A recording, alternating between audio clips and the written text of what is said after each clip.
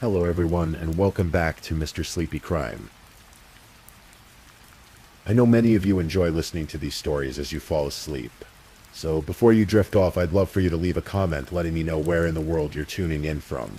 And if you're enjoying the story, don't forget to like and subscribe. It really helps the channel grow.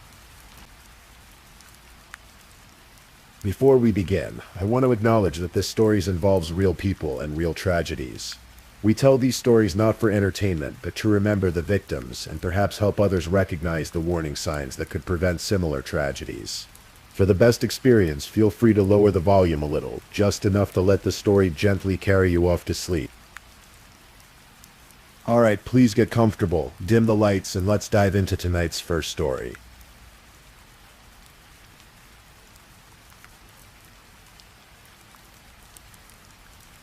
Tonight, we're exploring a case that unfolded in the peaceful suburbs of Aurora, Colorado. A story of betrayal, deception, and a life cut tragically short. So get comfortable, and let me tell you about Angela Craig.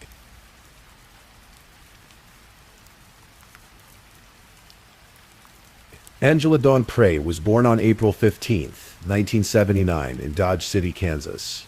She was the youngest of 10 children, the baby of a large, raucous family. By her own account, she liked to say she was the favorite child, and those who knew her would tell you she had the wit and charm to back up that claim. Angela grew up surrounded by siblings, love, and laughter. She was intelligent, energetic, and possessed what her family called an unbounded sense of humor. She had a quick wit that could light up any room. As she grew older, Angela became deeply interested in family history, interior design, and creative projects like woodworking.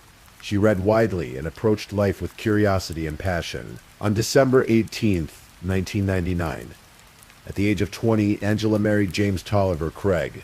It was the beginning of what appeared to be a beautiful life together. Over the next 23 years, Angela and James would welcome 6 children into the world. 6 beautiful souls who would become the center of Angela's universe. The Craig family eventually settled in Aurora, Colorado, a suburb just outside Denver. James established himself as a successful dentist, opening his own practice called Summerbrook Dental. Angela worked alongside him as one of the office managers, helping to build their family business. Their lives seemed idyllic from the outside. A devoted mother, a successful dentist, 6 children, and a thriving practice. But beneath the surface, cracks were beginning to form.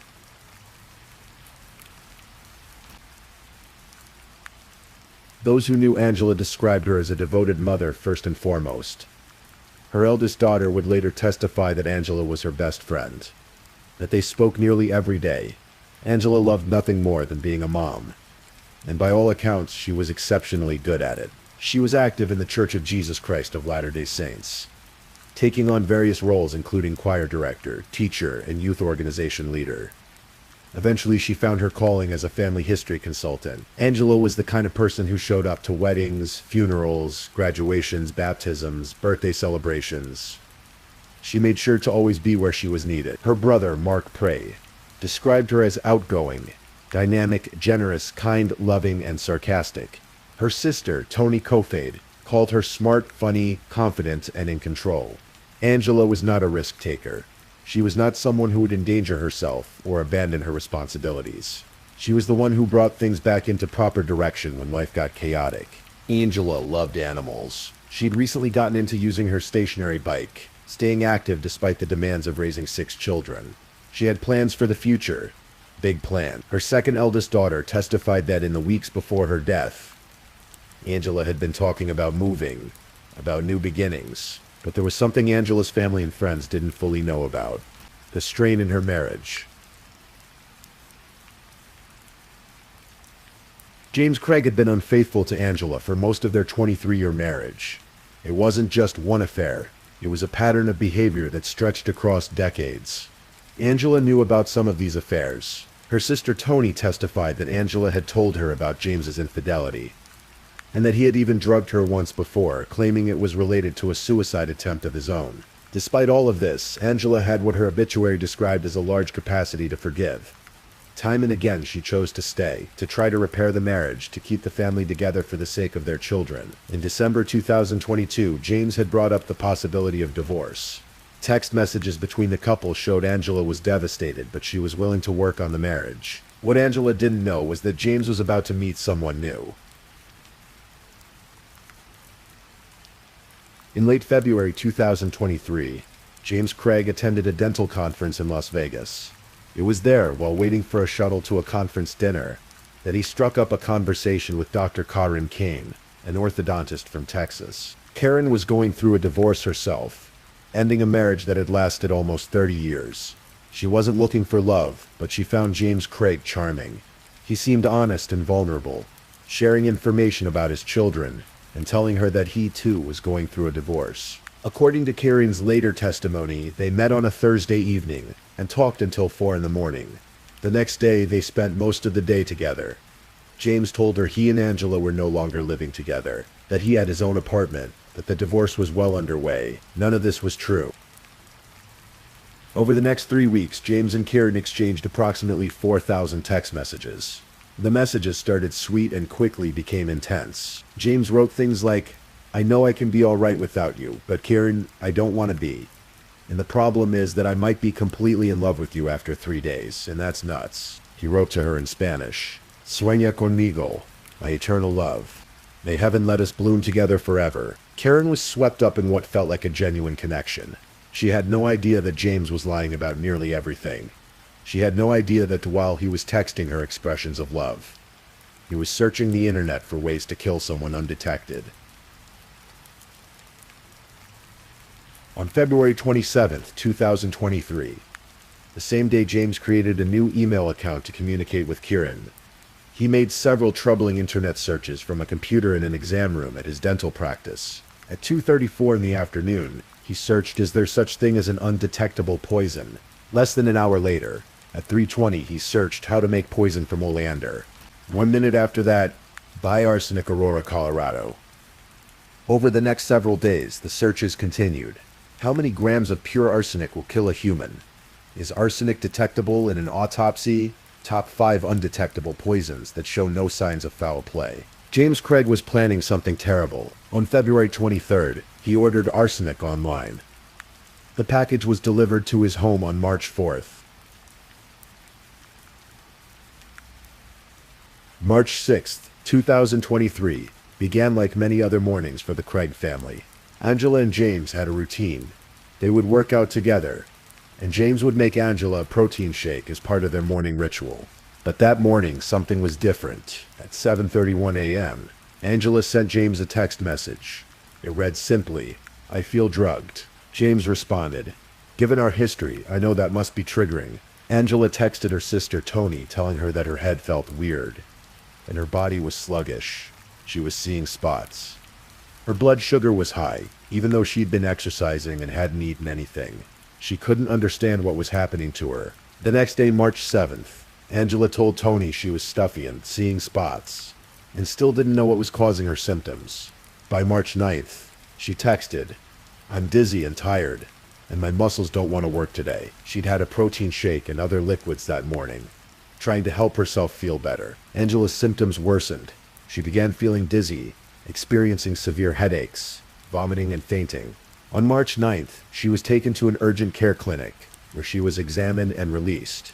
The doctors couldn't find anything definitively wrong with her. By March 10th, Angela's condition had deteriorated so much that she needed to go to the emergency room. She was admitted to the hospital for the first time.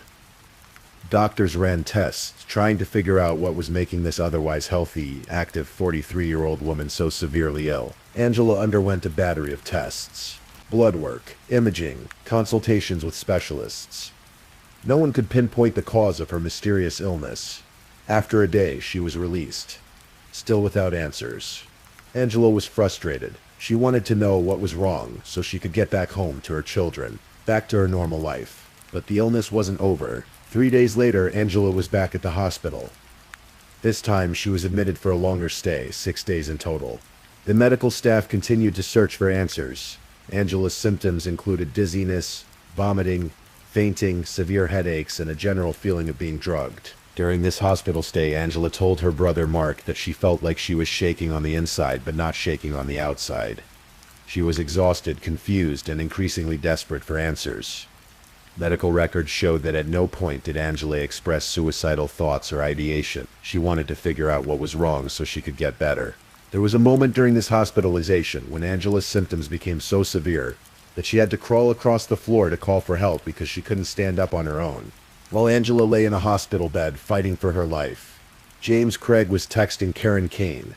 He sent her photos of Angela in the hospital, writing words like crashed and intubated. And Doc says she's very, very worried. He told Karen that Angela's condition had worsened so much that medical staff had to resuscitate her. And yet James Craig assured Karen that he could really use her support. He convinced her to fly to Colorado to visit him while his wife was dying in the hospital. On March 13th, while Angela was still hospitalized during her second admission, a package arrived at Summerbrook Dental, James Craig's dental office. James had told his office manager that he would be receiving a personal package and specifically instructed the staff not to open it. But someone did. When the office manager went to close the box back up, she saw something that made her blood run cold. The words potassium cyanide printed on the label. But why would a dentist need potassium cyanide? The office manager was deeply concerned. She knew Angela was in the hospital with a mysterious illness. The coincidence was too troubling to ignore. James Craig, when questioned about the package, claimed he needed the cyanide for his dental surgeries. But dental professionals would later testify that potassium cyanide has no legitimate use in modern dentistry. There was no medical reason for him to have ordered it. What made the situation even more suspicious was the way James had ordered the chemical. He'd used a personal email address, the same email address he'd created to communicate with Karen Kane. He'd ordered it to be delivered to his office, but told staff it was personal and not to open it. After 6 days, Angela was discharged from the hospital on March 14th, 2023. She still had no answers about what was making her so sick. Once home, Angela could walk on her own, but the drive from the hospital seemed to exhaust her completely. Within an hour of being home, Angela was back on her computer, searching online for possible causes of her symptoms. She was determined to figure out what was wrong with her, but she wouldn't get much time to search. The next day, March 15th, Angela's condition took a catastrophic turn. Her brother Mark, who had traveled from Utah with his wife Renee to help with the Craig children during Angela's illness, witnessed what happened next. James Craig had given Mark and Renee a prescription bottle labeled with an antibiotic called clindamycin. He told them that Angela needed to take it for a sinus infection. The bottle showed it had been prescribed by James Craig himself. What Mark and Renee didn't know was that James had allegedly emptied the antibiotic capsules and filled them with cyanide. Mark gave his sister the pills, trusting his brother-in-law completely. "We trusted Jim," Mark would later testify, his voice heavy with the weight of that betrayal. Not long after taking the medication, Angela began struggling to hold herself up. She was rushed to the University of Colorado Hospital and admitted for the final time. About 3 hours after arriving, Angela had a severe seizure and suffered an unexplained rapid medical decline. She was placed on a ventilator in the intensive care unit. Medical staff worked frantically to save her, but they were fighting an enemy they couldn't see. Hospital security footage would later show James Craig entering Angela's hospital room with something in his hand, a syringe. Prosecutors would argue that this was the moment James delivered the final fatal dose of poison to his dying wife. He allegedly used that syringe to inject cyanide directly into Angela's IV line while she lay helpless in the hospital bed. By this time, the nurse who had been treating Angela had been contacted by someone from Summerbrook Dental about the suspicious potassium cyanide delivery. The nurse immediately contacted the Aurora Police Department. Even as Angela lay on life support, police assigned a homicide detective to investigate her case.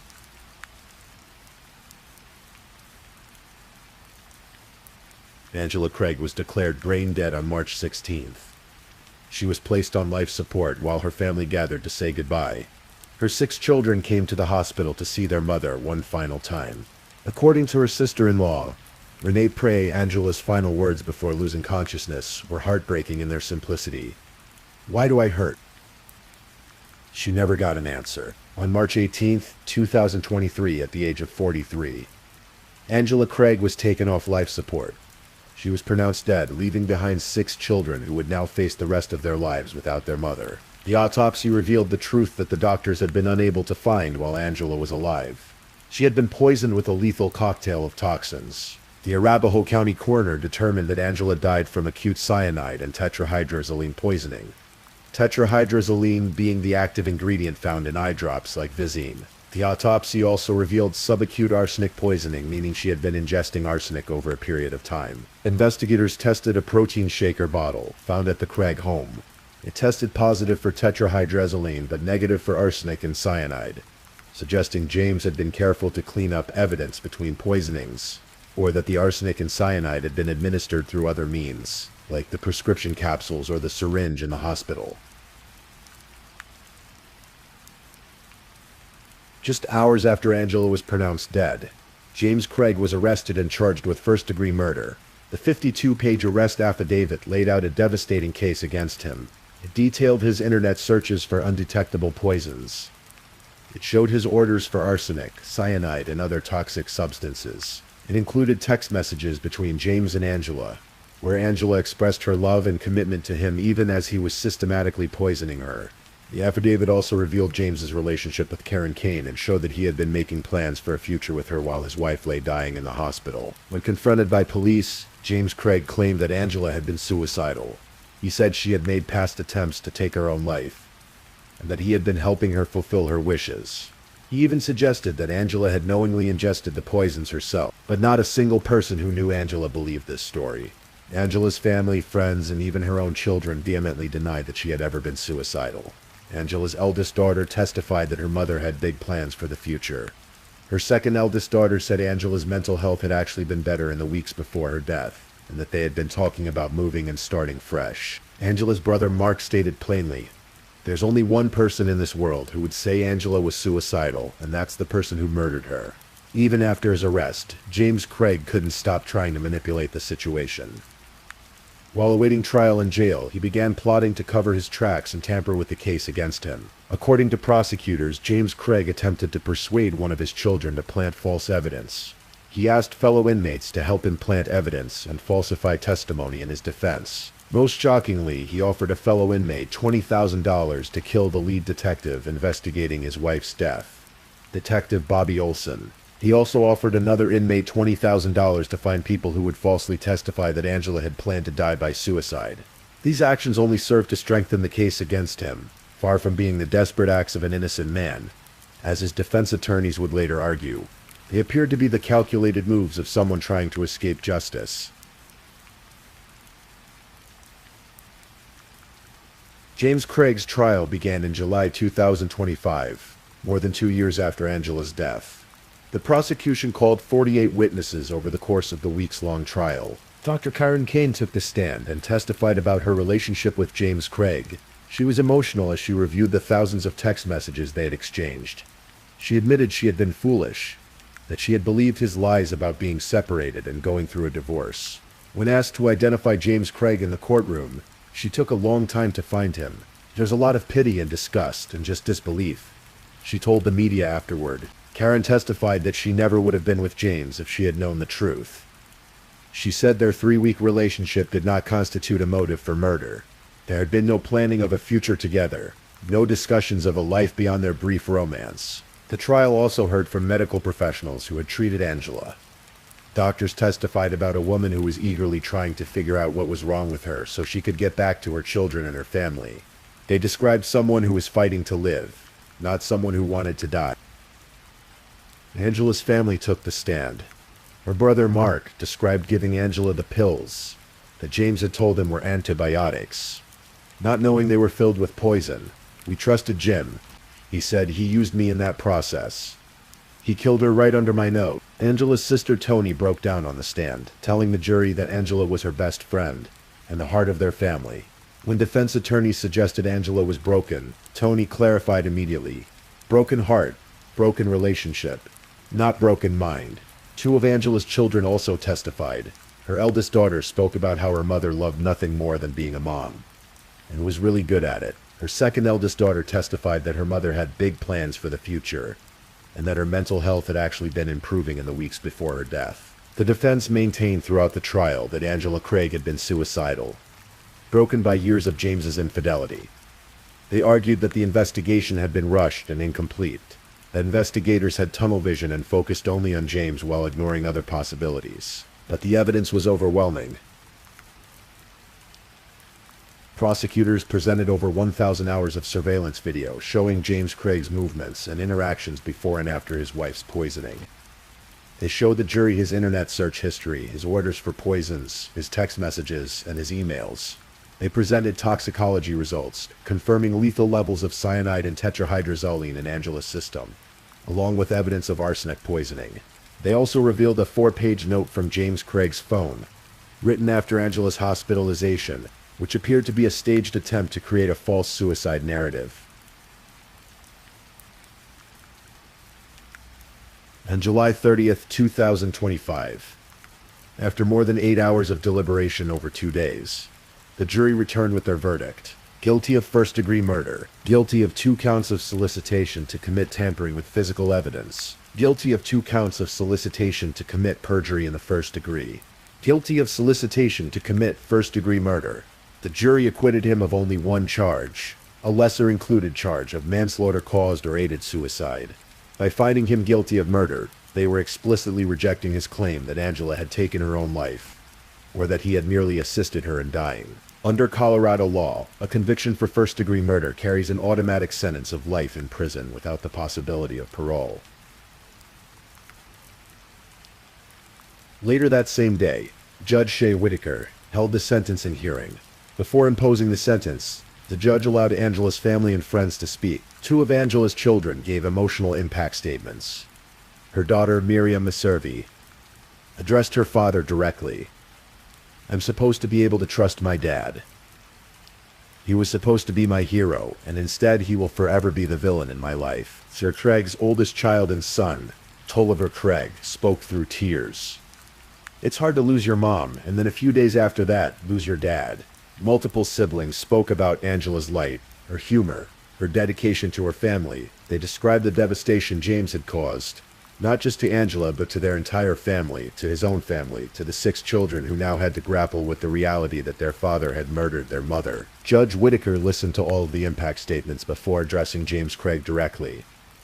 The judge compared him to a natural disaster. Dr. Craig unleashed a path of destruction as wide as a tornado and just as devastating. Damage to his children, damage to Angela's family, damage to his own family. None of the individuals that are here in the courtroom before the court today will ever be the same. Throughout the proceedings, James Craig showed little emotion. He wept only twice during the sentencing, once during general statements and once when his son spoke. Neither Craig nor his attorneys spoke before the judge imposed the sentence. James Craig was sentenced to life in prison without the possibility of parole for the murder. The judge also gave him the maximum sentence on each of the other charges, totaling an additional 33 years in prison. District Attorney Amy Padden spoke to the media after the sentencing. She described the case as one of calculated cruelty. Angela suffered many days of unexplained illness while the defendant knowingly administered poison, all while portraying himself as a concerned husband. This was a premeditated and callous crime driven by greed, deception, and betrayal. Deputy District Attorney Osama Maghrebi added, "Angela was a devoted mother and a woman of kindness, strength, and grace. She trusted the man she married. She believed in their future together, and yet, while she cared for their children and worked to hold her family together, her husband was indiscriminately plotting her death." For Karen Kane, the aftermath was also difficult. She had to face public scrutiny and blame, even though she had been deceived just as thoroughly as Angela had been. She received hate mail. Her dental practice suffered. She described feeling a special kind of feeling alone as she weathered the storm of judgment and betrayal. When you're being run through the gauntlet and getting steamrolled by the world, that doesn't feel just like being alone, she said. That feels lonely and just unsupported. She testified that she now approaches relationships much more cautiously, though she's tried hard not to become cynical. The experience had changed her forever. Angela's family asked that she be remembered, not as a victim, but as the vibrant, loving person she was. Angela Craig was a daughter, a sister, a friend, and above all, a mother. She was intelligent, energetic, funny, kind, and forgiving. She had a quick wit and an unbounded sense of humor. She loved woodworking, interior design, and family history. She was deeply involved in her church community. She showed up for people always. Her son said that his mom loved a lot of things, but she didn't have time for them all. She had 6 children instead, he said. Those 6 children, whose names have been kept private to protect them, now face the rest of their lives without their mother. They've lost both parents. One to murder, one to prison. They carry the unbearable knowledge that their father is responsible for their mother's death. At Angela's funeral, family and friends gathered to celebrate her life. Her obituary captured her spirit. Angela made every moment with her unforgettable. Besides her unbounded sense of humor and quick wit, Angela was intelligent and energetic, and used her gifts to elevate those around her, especially her children. She had a large capacity to forgive, was willing to help both friends and strangers, and she was fiercely dedicated to her family. After her children, the obituary noted, Angela's faith in Jesus Christ was her most important treasure. Angela's most endearing trait, her family said, was showing up to everything. And even in death, that's what she's still doing. She's showing up in the memories of those who loved her, in the strength her children carry forward, in the fight for justice that her siblings waged on her behalf. The case of Angela Craig is a reminder that evil can hide behind the most ordinary facades. James Craig was a successful dentist, a father of 6, an active member of his church community. To the outside world, he appeared to be living the American dream. But behind closed doors, he was a man consumed by selfishness and deceit. He poisoned the woman who had stood by him through decades of infidelity. He poisoned the mother of his children. He did it slowly, methodically, watching her suffer as doctors scrambled to find answers. And when she was at her most vulnerable, lying in a hospital bed fighting for her life, he delivered the final blow. Angela Craig's final words were, "Why do I hurt?" She deserved an answer. She deserved the truth. She deserved to live. Instead, she became a cautionary tale about trust, about the evil that can lurk within those we love most, about the importance of paying attention to our instincts when something doesn't feel right. The lead detective, the medical professionals who fought to save Angela, the family members who sought justice, and the jury who saw through James Craig's lies. They all ensured that Angela's death would not go unanswered. James Craig will spend the rest of his life behind bars, with no possibility of parole. He will never again be able to harm anyone. He will never again be able to manipulate, deceive, or poison. And Angela Craig, though her life was cut tragically short, will be remembered not as a victim, but as a devoted mother, a loving sister, a faithful friend, and a woman who, even in the face of unimaginable betrayal, never stopped fighting to get back to the people she loved most. Her 6 children. If this is your first time listening to one of our true crime stories, welcome to Mr. Sleepy Crime, where we explore these cases in a calm and respectful way. I also want to take a moment to appreciate my amazing subscribers who've been rocking with me. Thank you so much for your continued support. If you're still awake and listening, don't forget to drop a comment. Let me know where you're tuning in from and the current time in your corner of the world. Or just say something to let me know you're still here. And if you haven't already, be sure to like this video and subscribe so you don't miss our next true crime stories for sleep. Now let's move on to our second story.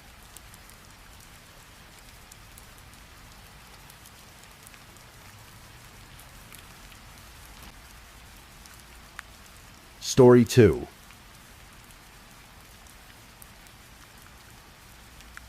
Tonight's story is one of heartbreak and secrets, of a young life that vanished into the California mountains, leaving behind only questions and a family forever changed. This is the story of Aranda Briones, a 16-year-old girl from Moreno Valley, California, who disappeared on a winter afternoon in 2019. It's a story that begins with friendship, traces through betrayal, and ends in a darkness that still haunts the San Bernardino Mountains today. So let me take you back to that January day when everything changed. This is a story told slowly, carefully, with respect for those who loved Aranda and continue to search for answers.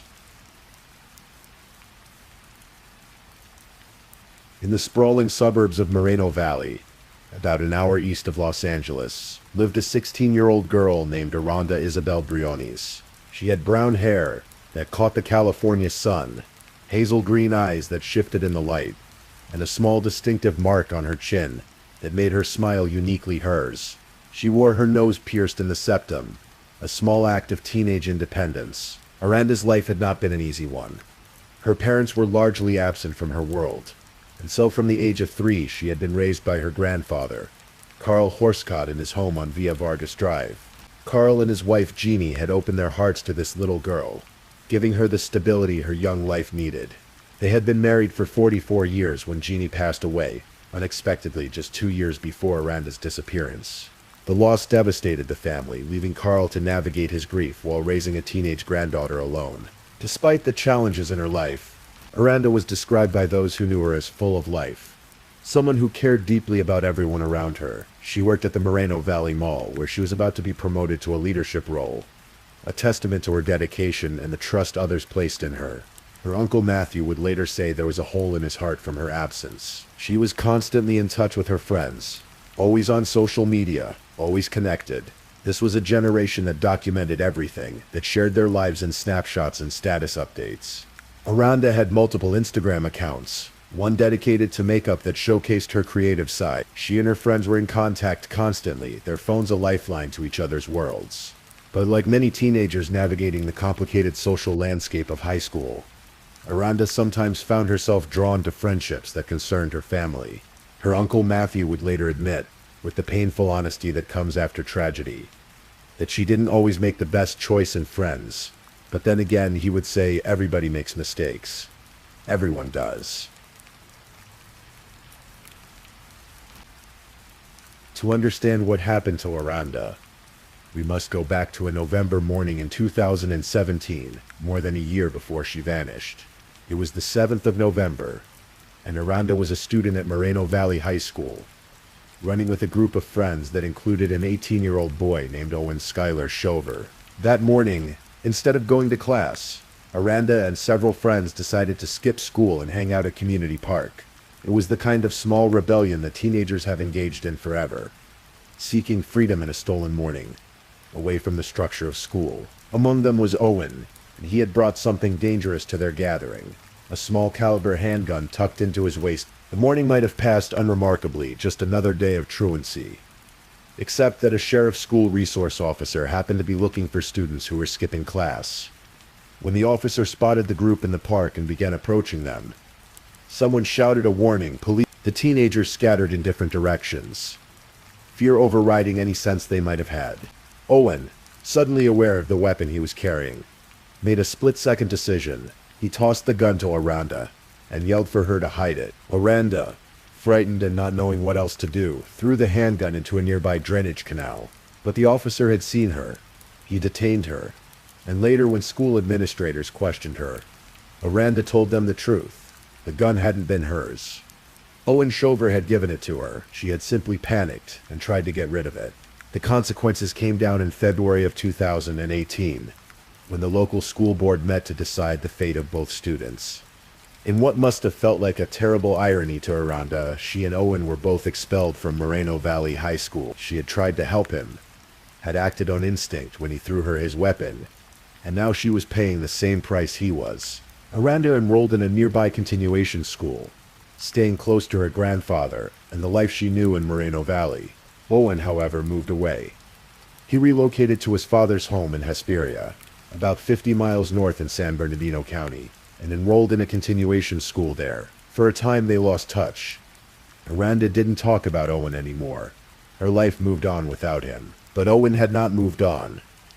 According to prosecutors who would later piece together his state of mind, he was incensed about his expulsion, and in his anger, he came to see Aranda's honesty as a betrayal. She had told the truth about whose gun it was, and in his mind that made her responsible for his punishment, for the disruption of his life, for everything that followed. For over a year, this resentment festered, and during that time from November of 2018 through January of 2019, Owen began having conversations on Snapchat, on Facebook, on various social media platforms. He was trying to purchase a firearm. Eventually he succeeded in obtaining one. On the 12th of January, 2019, Aranda received a text message from Owen Shover. They hadn't spoken in over a year, hadn't hung out since before their expulsion. But now, out of the blue, Owen was reaching out with an invitation. He told Aranda he was going to spend the next day making drug deliveries and robbing drug dealers. He invited her to come along, painting a picture of danger and excitement, the kind of rebellious adventure that might appeal to a 16-year-old girl looking for something beyond the ordinary routine of her life. For reasons we can never fully understand, Aranda agreed. Perhaps the friendship seemed repaired. Perhaps the promise of excitement was too tempting. Perhaps she never believed he was serious about the crimes he described. Whatever her reasoning, she told him yes. They made plans to meet at Bayside Park the following afternoon at 5 o'clock. January 13th, 2019 was a Sunday. Aranda left her grandfather's house that day, telling her family she was going to spend time with a male friend from school. It was not unusual for her to go out with friends. There was no reason for Carl to worry more than any grandfather worries when a teenage granddaughter leaves the house. At 5 o'clock as planned, Aranda arrived at Bayside Park. Two of her friends were with her and watched as she got into Owen Shover's Nissan Versa. The friends would later tell investigators what they saw. They watched Aranda climb into the car, watched it drive away heading north toward Box Springs Mountain, and for the first hour everything seemed normal. Aranda was active on social media, posting pictures to her accounts. The photos showed her and Owen together in his car, and her captions radiated happiness. She was with her homie, she wrote. He was even letting her do some of the driving. The snapshots captured a girl who seemed genuinely elated, reunited with an old friend, caught up in the moment. Her friends who saw these posts thought nothing of it. It looked like Aranda was having a good time. But then, sometime shortly before 6 o'clock in the evening, Aranda went silent. The stream of posts stopped. She stopped responding to messages from her friends. Her Snapchat location, which had been actively tracking her movements, suddenly turned off. When one friend noticed that Aranda's location showed her in an unexpected area and messaged to ask why she was there, the location feature was immediately disabled. Her phone, which had been her constant companion, her link to the world, simply went dark.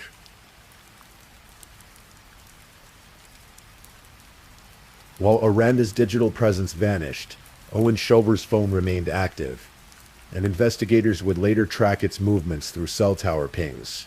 Around 6 o'clock, Owen's vehicle began heading towards San Bernardino County, traveling north from where he had picked up Aranda, and then he sent a message to his older brother, Gary Anthony Shover, who was 21 years old at the time. The message was chilling in its casual preparation. Be ready for tonight. Get shovels and lighter fluid ready. Owen drove to a mobile home park in San Bernardino County and picked up his brother Gary. Then with both brothers in the car, they began driving higher into the San Bernardino Mountains, taking state routes 138 and 18, roads that wind through increasingly remote terrain. At approximately 8:30 that evening, Owen Shover turned off his cell phone. For the next hour and 45 minutes, his phone remained off, leaving no digital trail, no cell tower pings to track their movements. This was the dark space in the timeline, the gap where something terrible happened in those mountains. Whatever occurred during those missing hours, only the Shover brothers truly know, but investigators would later discover evidence that painted a grim picture. When Owen's phone finally turned back on at 10:15 p.m., he was back at his father's house on Brevalea Street in Hesperia. Aranda was not with him.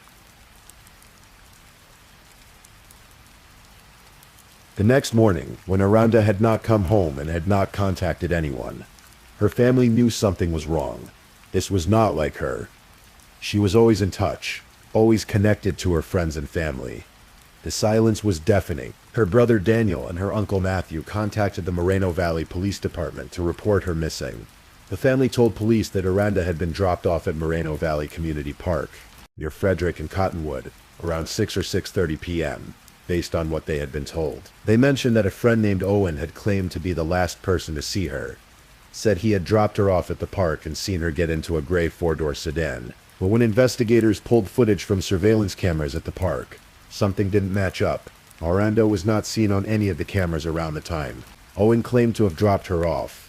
In fact, there was no indication she had ever been at the park that evening, and the gray four-door sedan Owen described was also nowhere to be seen on the footage. The family didn't recognize anyone who owned a car matching that description.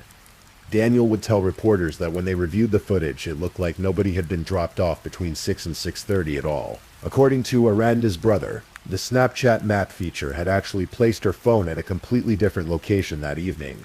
not at the park where Owen said he had left her. The investigation moved quickly. The Moreno Valley police began working the case immediately. And within days, the FBI had joined the search. Human trafficking investigators were brought in, considering every possible explanation for a missing teenage girl. The family organized search parties. They printed flyers with Aranda's picture and description. 5'4", 110 pounds, brown hair, hazel green eyes, nose piercing, a unique mark on her chin. Last seen wearing a white and blue jacket, dark jeans, and a dark shirt. About 200 people gathered at Moreno Valley Community Park for a vigil. They held candles and prayed and remembered a girl who was full of life.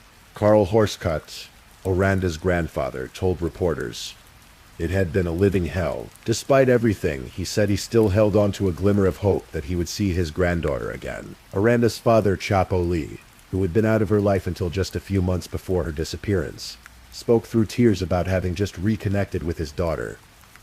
He had not seen her since she was 4 years old. Their reunion in November had been the happiest moment of his life. And now she was gone. "She's alive to me," he said. "She's always going to be alive until I find her." The family pleaded with anyone who might know something to come forward. Matthew Horscott made an emotional appeal to other teenagers who might be covering for a friend, or might be scared to speak up. "The only person you're hurting right now is Aranda," he said. The investigation led detectives back to the person who had last been with Aranda, Owen Shover. As they dug deeper into his story, the inconsistencies mounted. The timeline didn't work. The surveillance footage contradicted his account, and investigators discovered his online conversations about attempting to purchase a firearm in the months leading up to Aranda's disappearance. Then came the forensic evidence. Investigators searched Owen's Nissan Versa and sprayed luminol in the trunk, a chemical that reveals the presence of blood even after attempts to clean it. The luminol showed something alarming, evidence of a significant amount of blood that had pooled toward the bottom of the trunk, underneath the carpeting. DNA was extracted from the vehicle and analyzed. It matched Aranda Briani's. Investigators also searched the home where Owen and Gary lived, with their father in Hesperia. According to neighbors who witnessed the search, authorities dug in the backyard and retrieved items including blankets and articles of clothing. The evidence pointed toward a meticulously planned murder, not a random disappearance. On February 11th, 2019, less than a month after Aranda vanished, police arrested both Shover brothers at their home on Grevelia Street in Hesperia in the early morning hours. Owen Skylar Shover, then 18 years old, was arrested on suspicion of murder. His older brother Gary Anthony Shover, then 21, was arrested on suspicion of conspiracy to commit murder. At a press conference, Riverside County Sheriff's Lieutenant Chris Durham announced that investigators had received evidence that led them to believe Aranda was the victim of a homicide. While the brothers were in custody, the search for Aranda continued. Volunteers and law enforcement personnel combed through the San Bernardino Mountains where they believed her remains might have been disposed of, but no trace of her has ever been found. Both brothers pleaded not guilty to the charges. And then, for years, the case seemed to stall. The coronavirus pandemic in 2020 slowed everything down, and even after the world began functioning more normally, delays continued to plague the case. Aranda's family waited. They held on to hope while living with uncertainty, not knowing where their daughter, their granddaughter, their sister, their niece had been taken. In 2022, there was a preliminary hearing that brought some movement to the case. A judge dismissed the first-degree murder charges against Gary Shover. Instead, he would face charges as an accessory after the fact, suggesting he had helped cover up the crime rather than participating in the murder itself. Then in March of 2024, more than 5 years after Aranda's disappearance, Gary Shover accepted a plea deal with the Riverside County District Attorney's Office. He pleaded guilty to being an accessory after the fact to first-degree murder. He was sentenced to 1 year in jail, followed by 12 months of probation, and was required to pay victim restitution. Owen Shover maintained his not guilty plea and chose to go to trial. In August of 2024, Owen's trial finally began in Riverside County Superior Court. The case was considered important enough that District Attorney Mike Hestron personally prosecuted it, something he rarely did. He would later tell reporters it was good for an elected district attorney to try a case occasionally, to stay connected to the work being done in the courts, and to be reminded of how difficult that work truly is. The prosecution's case was built on the timeline. The forensic evidence, the digital trail, and the motive that had been simmering for over a year. They argued that Owen had lured Aranda into his car with promises of adventure, that he had planned her murder carefully, that he had enlisted his brother's help to cover up the crime. They presented evidence of the blood found in his vehicle, the messages about shovels and lighter fluid, the phone data showing the journey into the mountains during those crucial hours when Aranda's phone went silent and Owen's phone went dark. The trial lasted 6 days. Riverside County Superior Court Judge Timothy Hollenhorst presided over the proceedings. Aranda's family sat in the courtroom, watching as the details of her final hours were reconstructed, as the evidence of her murder was laid out piece by piece. The jury deliberated for just over a day. When they returned to the courtroom, they had reached their verdict: guilty of first-degree murder, with a special circumstance finding of lying in wait. This meant that Owen had concealed his intentions, had waited for the right moment to strike, had planned Aranda's death in advance. On October 25, 2024, nearly 6 years after Aranda vanished, Owen Skylar Shover stood before Judge Hollenhorst for sentencing. Several of Aranda's loved ones gave victim impact statements, describing the devastation her disappearance had brought to their lives. One friend described Aranda as a kind spirit who was always joyful, even in bad moments. Then Judge Hollenhorst addressed Owen directly, and his words were stark and uncompromising. "There are many questions left unanswered," the judge said. "None more than where is Aranda?" He looked at the young man before him and continued, "Mr. Shower, from what I can tell about you, it appears that you are not capable of feeling remorse, so I do not intend to lecture you on how devastating your actions were in this case. However, there is no question in this court's mind that you are the face of pure evil." Judge Hollenhorst then imposed the sentence required by law for first-degree murder, with special circumstances, life in prison without the possibility of parole. Owen Shover, who had just turned 23 years old, would spend the rest of his life behind bars. District Attorney Hestron spoke to the press after the sentencing. "The victim didn't deserve this," he said. "She was just a kid. She had her whole life ahead of her. This was a tremendous loss, all because of one person's choice. It's truly heartbreaking." He also revealed a disturbing detail that spoke to Owen's lack of remorse. On the day of his conviction, Owen had spoken to his grandfather from jail, wondering aloud whether he should get a trophy for being a convicted murderer. It was a comment that seemed to confirm the judge's assessment that Owen was incapable of feeling genuine remorse for what he had done. Today, Aranda's body has still not been found.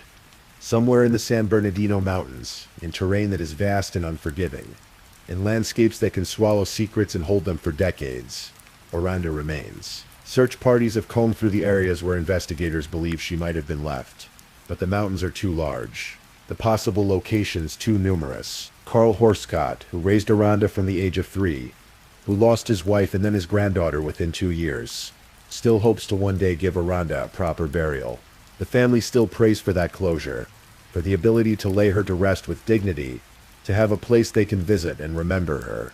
The case raises uncomfortable questions about teenage friendship, about the masks people wear, about the way resentment can metastasize into something monstrous. Aranda had trusted Owen enough to get into his car that January afternoon. She had posted pictures expressing happiness to be with her old friend. She had no way of knowing that the smiling homie beside her had spent over a year plotting his revenge for what he perceived as her betrayal. For the simple act of telling the truth when questioned by school administrators about a gun she never should have been given. For refusing to lie to protect someone else at the expense of her own integrity.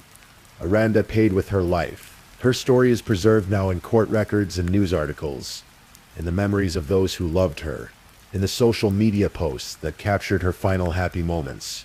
She remains frozen at 16 years old, forever young, her potential forever unrealized. The white and blue jacket she wore that day, the dark jeans, the nose piercing that was part of her identity, the distinctive mark on her chin, all of these details were shared thousands of times on missing person posters. But she was never found. The gray sedan Owen described was a fiction. The story about dropping her off at the park was a lie. The truth was darker and more permanent than anyone wanted to believe in those early days of searching. As you drift towards sleep tonight, perhaps you'll think about Aranda Isabel Briones. About a girl who was full of life and who cared about everyone. About a teenager who was about to get a promotion at work, who loved makeup and social media and staying connected with her friends. About a granddaughter who was loved fiercely by a grandfather who never stopped hoping to see her again. Her family still remembers her laughter. They remember a girl who brought light into their lives. They remember her for who she was, not just for how she was lost. The San Bernardino Mountains keep their secret still, but Aranda's memory lives on in the hearts of those who loved her, and her story serves as a reminder that evil can wear a familiar face, that betrayal can come from unexpected places, and that some losses leave holes that can never quite be filled.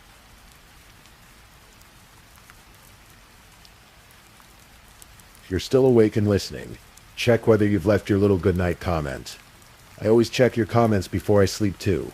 And if you haven't already, don't forget to like this video and subscribe so you don't miss our next true crime stories for sleep. Meanwhile, let's move on to our third story.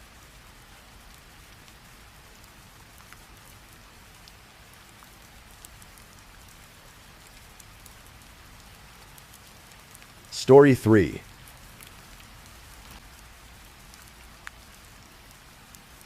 Tonight we explore a story that speaks to the fragility of life and the quiet moments before everything changes.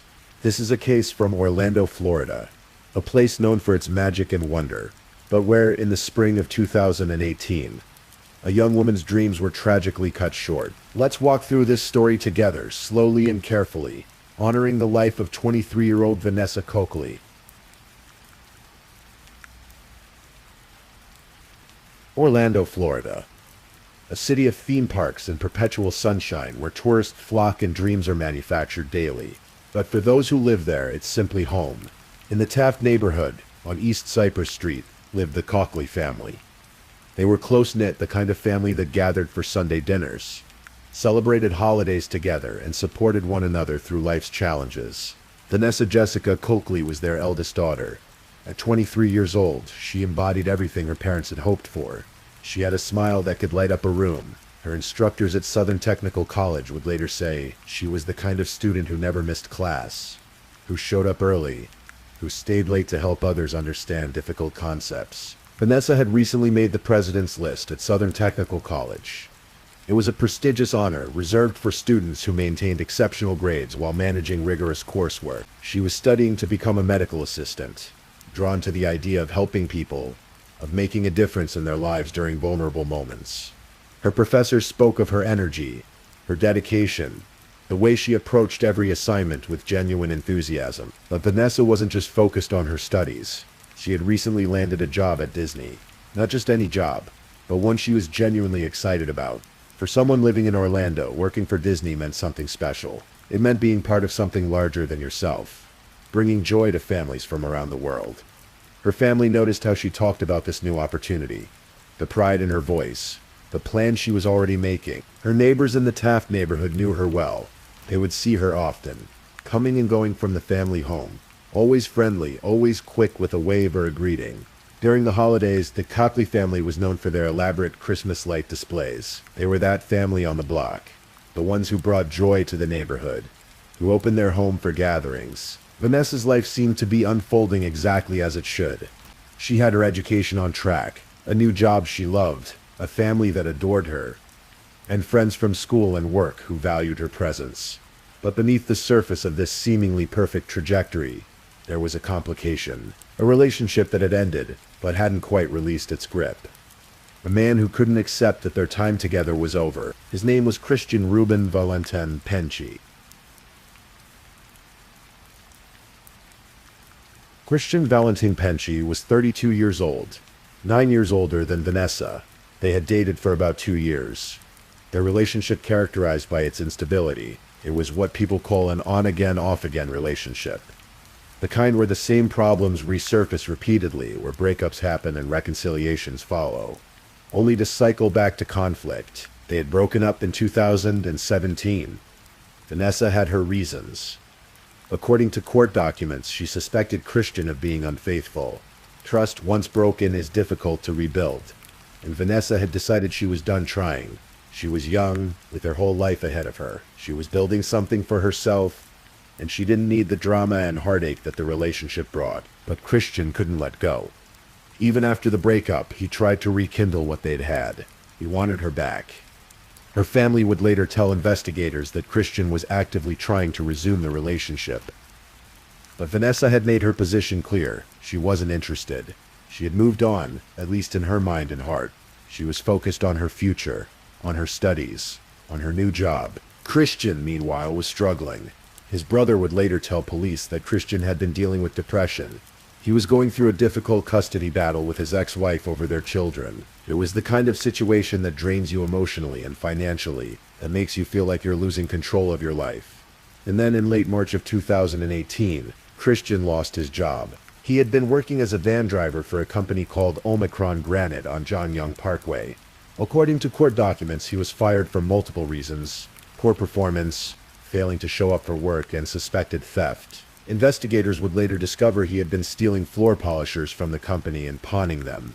It was a desperate act, the kind born of financial pressure and poor judgment. So here was Christian Valentin Penchi in late March 2018. Jobless, depressed, fighting with his ex-wife over custody, and rejected by the woman he still wanted to be with.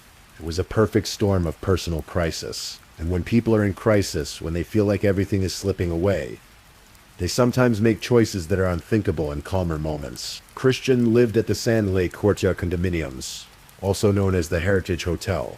It was a former motel converted into apartments, located at 7900 South Orange Blossom Trail. His unit was number 1101. It was here, in this modest apartment, that the tragedy would unfold. Saturday, March 31st, 2018. It was Easter weekend, a time of celebration and renewal. The Coakley family had plans for their Easter dinner the next day. It would be a typical gathering for them, full of food and laughter and togetherness. Vanessa was looking forward to it. That evening, around 8 o'clock, Vanessa told her parents she was going out for a bit. She said she'd be back in a few hours. She left the house wearing a red and white striped dress, carrying a black and brown bag. But there was something telling about what she didn't take with her: her uniform for the Disney training session scheduled for the next day. This detail would later strike investigators as significant. If Vanessa had planned to stay out overnight, surely she would have taken the uniform she needed for her first day of training.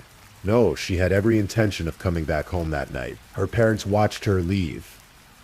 It was just another Saturday evening. Nothing unusual, nothing that would have raised alarm. How could they know it would be the last time they'd see their daughter alive? Vanessa went to Christian's apartment. We don't know exactly what brought her there. Perhaps he had contacted her asking to talk. Perhaps there were belongings she needed to retrieve. Perhaps she thought she could make things clear to him one final time, that their relationship was truly over. Whatever the reason, she went to apartment 1101 at the Sand Lake Courtyard condominiums. Between 9 and 10 o'clock that evening, Vanessa's family tried calling her. The phone rang, but she didn't answer. They tried again. Still nothing. This wasn't like her, but it was still early. Maybe she was driving, or her phone was on silent. They'd hear from her soon, they thought, at some point before midnight. According to phone records, Vanessa's phone stopped broadcasting its location. The phone that she lived on, as her family would later describe it to detectives, went dark. It was as if she had vanished into thin air, but Vanessa hadn't vanished. She was still in apartment 1101, and something terrible had happened there. According to Christian's later confession and court documents, there was an argument that night. The details of what sparked it may never be fully known, but what is known is that the argument took place in Christian's bathroom, and at some point during that confrontation, Christian retrieved a .380 caliber handgun. The weapon discharged. Vanessa suffered a gunshot wound to her head. The young woman who had been so full of life and promise, who had smiled at her professors just days before, who had been excited about her new job at Disney, was gone. In an instant, in that cramped bathroom, her future was erased. Christian would later claim, during his sentencing, that he didn't intend to harm her. He would say he was under the influence of drugs that night, that it wasn't me who committed this act. But intent or not, Vanessa Coakley lay dead in his bathroom, and Christian now faced a choice about what to do next. Christian Valentin Penci did not call for help. He did not call 911. He did not alert Vanessa's family. Instead, he left her body in his bathroom and began making other plans. Sunday, April 1st, arrived. Easter Sunday. The Coakley family had their dinner planned. But Vanessa never came home. She missed the Easter celebration, something completely out of character for her. She was supposed to start her training at Disney that morning, but she never showed up. The uniform still sat at her parents' house, unworn. Her family was worried, but not yet panicked. They tried to track her phone using her Google Services account. The technology that we carry with us everywhere, the devices that know where we are at all times, can be a blessing in moments like this. The phone's last known location appeared on their screen, 7900 South Orange Blossom Trail. Christian's address. At first, this information was almost reassuring. They knew Vanessa and Christian had dated. Even though they'd broken up, maybe she'd gone to see him. Maybe her phone had died. Maybe she'd stayed over and hadn't realized how late it had got. These thoughts went through their minds. The kind of hopeful explanations families grasp at when someone they love doesn't come home. But Monday came, and still no word from Vanessa. Her phone remained off. She didn't show up for class at Southern Technical College. The family's worry deepened into genuine fear. Meanwhile, Christian was in motion. On Monday, April 2nd, just hours before Vanessa's mother would officially report her missing to authorities, Christian went to Cash America Pawn on Orange Blossom Trail. He had a .380 caliber handgun to sell. The clerk took down the information, completed the transaction, and Christian walked out with cash in his pocket. It was the same caliber weapon that had killed Vanessa. That afternoon, at approximately 5:20 in the evening, Vanessa's mother called the Orange County Sheriff's Office to report her daughter missing. She told them about tracking Vanessa's phone to Christian's address. She told them about the missed Easter dinner, the missed training, the missed classes. Everything about this situation was wrong. Vanessa was not the kind of person to disappear without word. The wheels of the investigation began to turn, but Christian was already implementing the next phase of his plan. On Tuesday, April 3rd, Christian went to the airport and boarded a JetBlue flight to San Juan, Puerto Rico. He had purchased the ticket the day before, right around the time Vanessa's mother was reporting her missing. He told no one about this trip, not his family, not his friends, not his brother. He simply got on a plane and left the country, leaving Vanessa's body behind in his locked apartment. Wednesday, April 4th. 36 hours after Christian had boarded his flight to Puerto Rico, Vanessa's family found her car. It was parked at a Panda Express restaurant near Southern Technical College, not far from Christian's apartment. Her black Nissan Versa sat there in the parking lot, abandoned. The family notified the Orange County Sheriff's Office immediately. Deputies arrived to process the vehicle. What they found painted a clearer picture of Vanessa's intentions that night. In the back seat was her backpack, filled with her school books. She had been planning to study in the trunk. They found her purse and her credit cards. Everything she would need for her daily life was still in that car. She hadn't run away, she hadn't left of her own accord. Something had prevented her from ever reaching that vehicle. That same day, Christian's brother called the police. He wanted to report Christian missing. He told investigators he hadn't heard from his brother in days, and was worried. Christian had been depressed, he explained. The custody battle was wearing him down. He'd lost his job. The brother feared something might have happened to Christian. And investigators now had multiple missing persons reports, but they were starting to understand these cases were connected. A woman missing, her ex-boyfriend also missing, her phone last pinged at his address, her car found near his home, and no one had heard from either of them in days. On Thursday, April 5th, the pieces fell into place for investigators. They learned that Christian had boarded a flight to Puerto Rico. He hadn't told anyone. He had simply fled the country right after Vanessa was reported missing. The same day he pawned that handgun, the timeline was becoming clearer and more damning. Late that evening, a judge signed a search warrant for Christian's apartment. Deputies from the Orange County Sheriff's Office prepared to enter Unit 1101 at the Sand Lake Courtyard condominiums. Early on Friday morning, April 6th, they executed the warrant. They entered the apartment and began their search. In the bathroom, they made the discovery they had feared, but expected.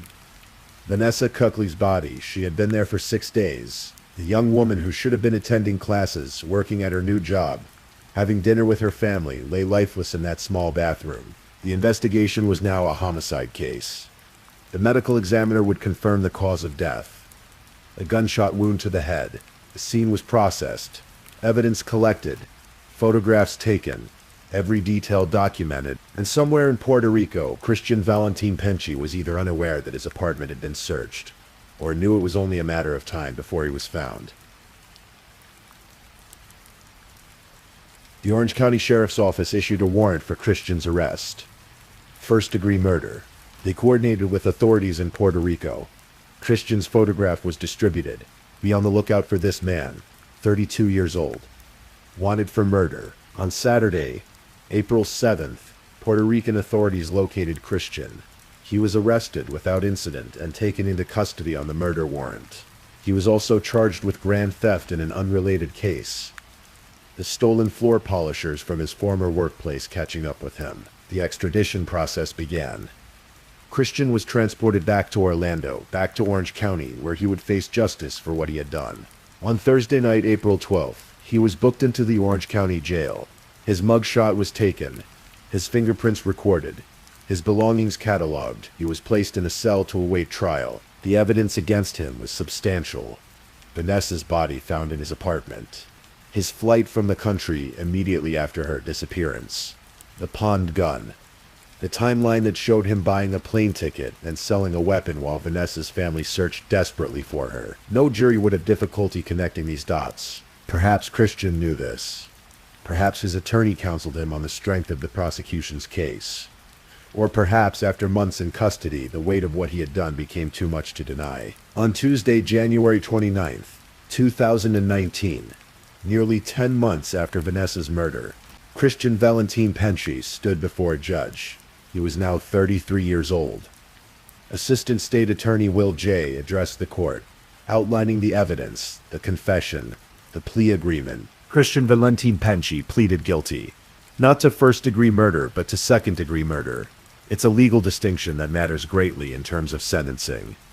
First-degree murder requires premeditation, planning, intent. Second-degree murder acknowledges that the killing was intentional, but perhaps not planned in advance.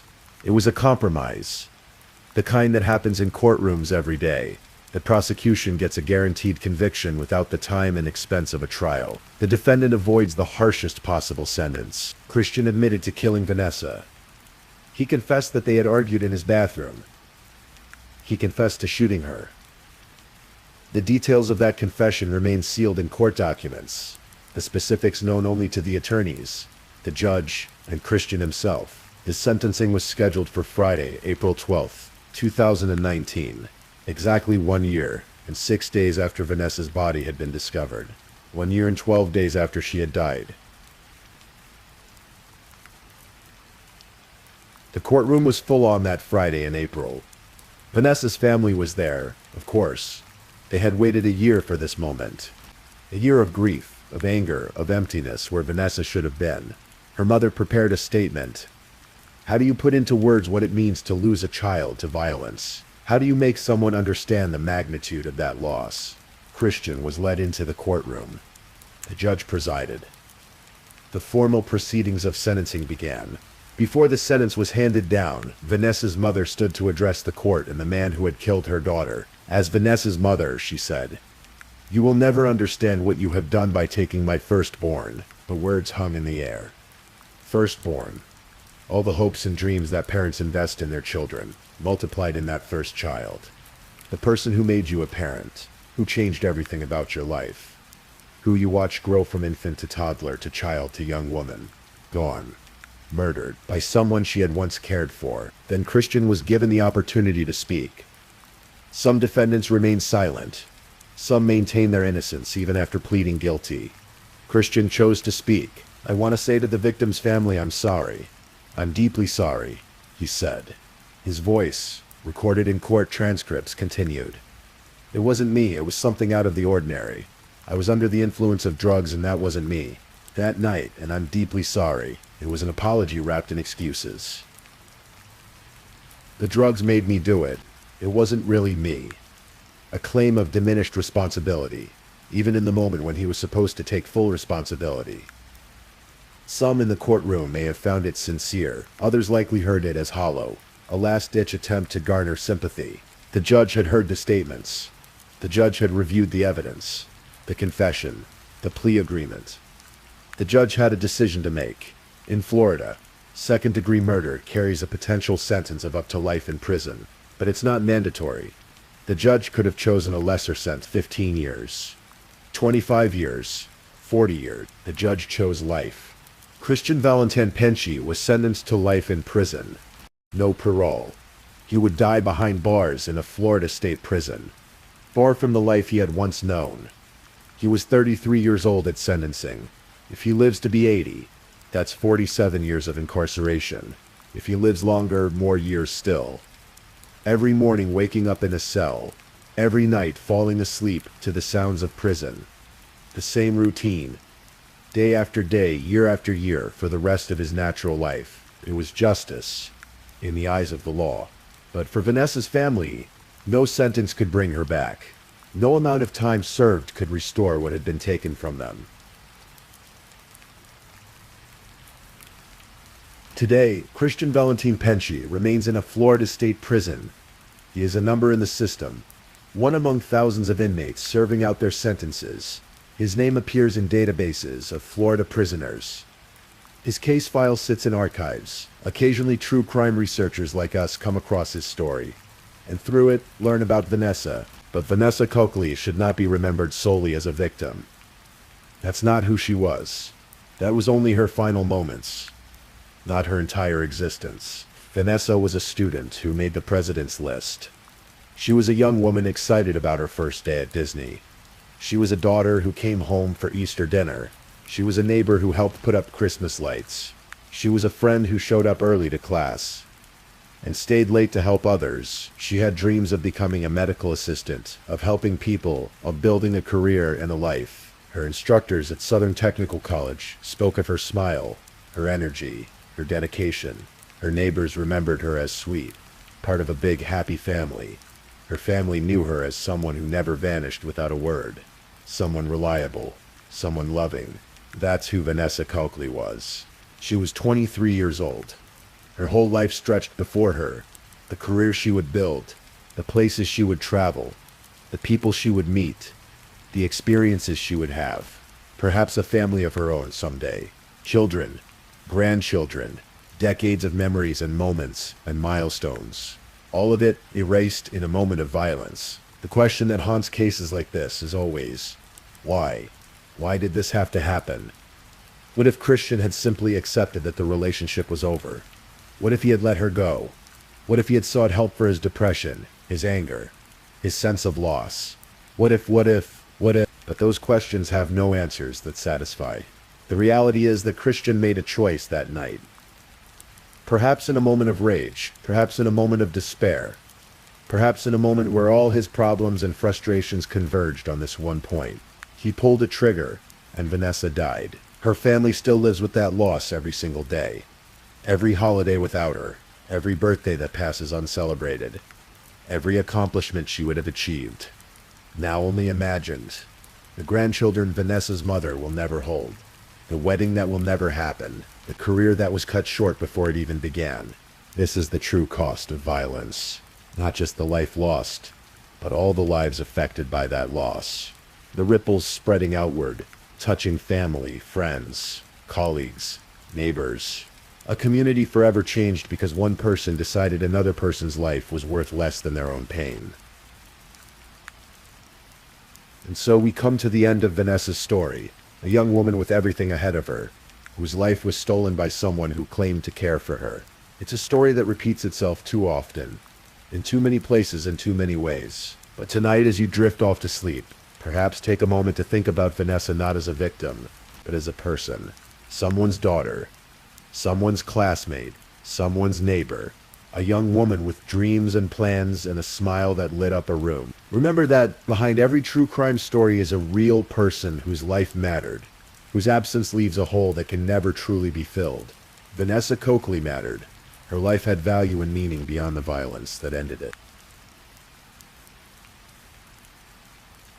Please, I'm just putting it out there. If you're still awake and listening, drop a comment. Let me know where you're tuning in from, the time in your part of the world, or just say something to let me know you're still with me. And of course, if you haven't already, like this video and subscribe so you don't miss the next true crime story for sleep. Now, let's move on to our fourth story.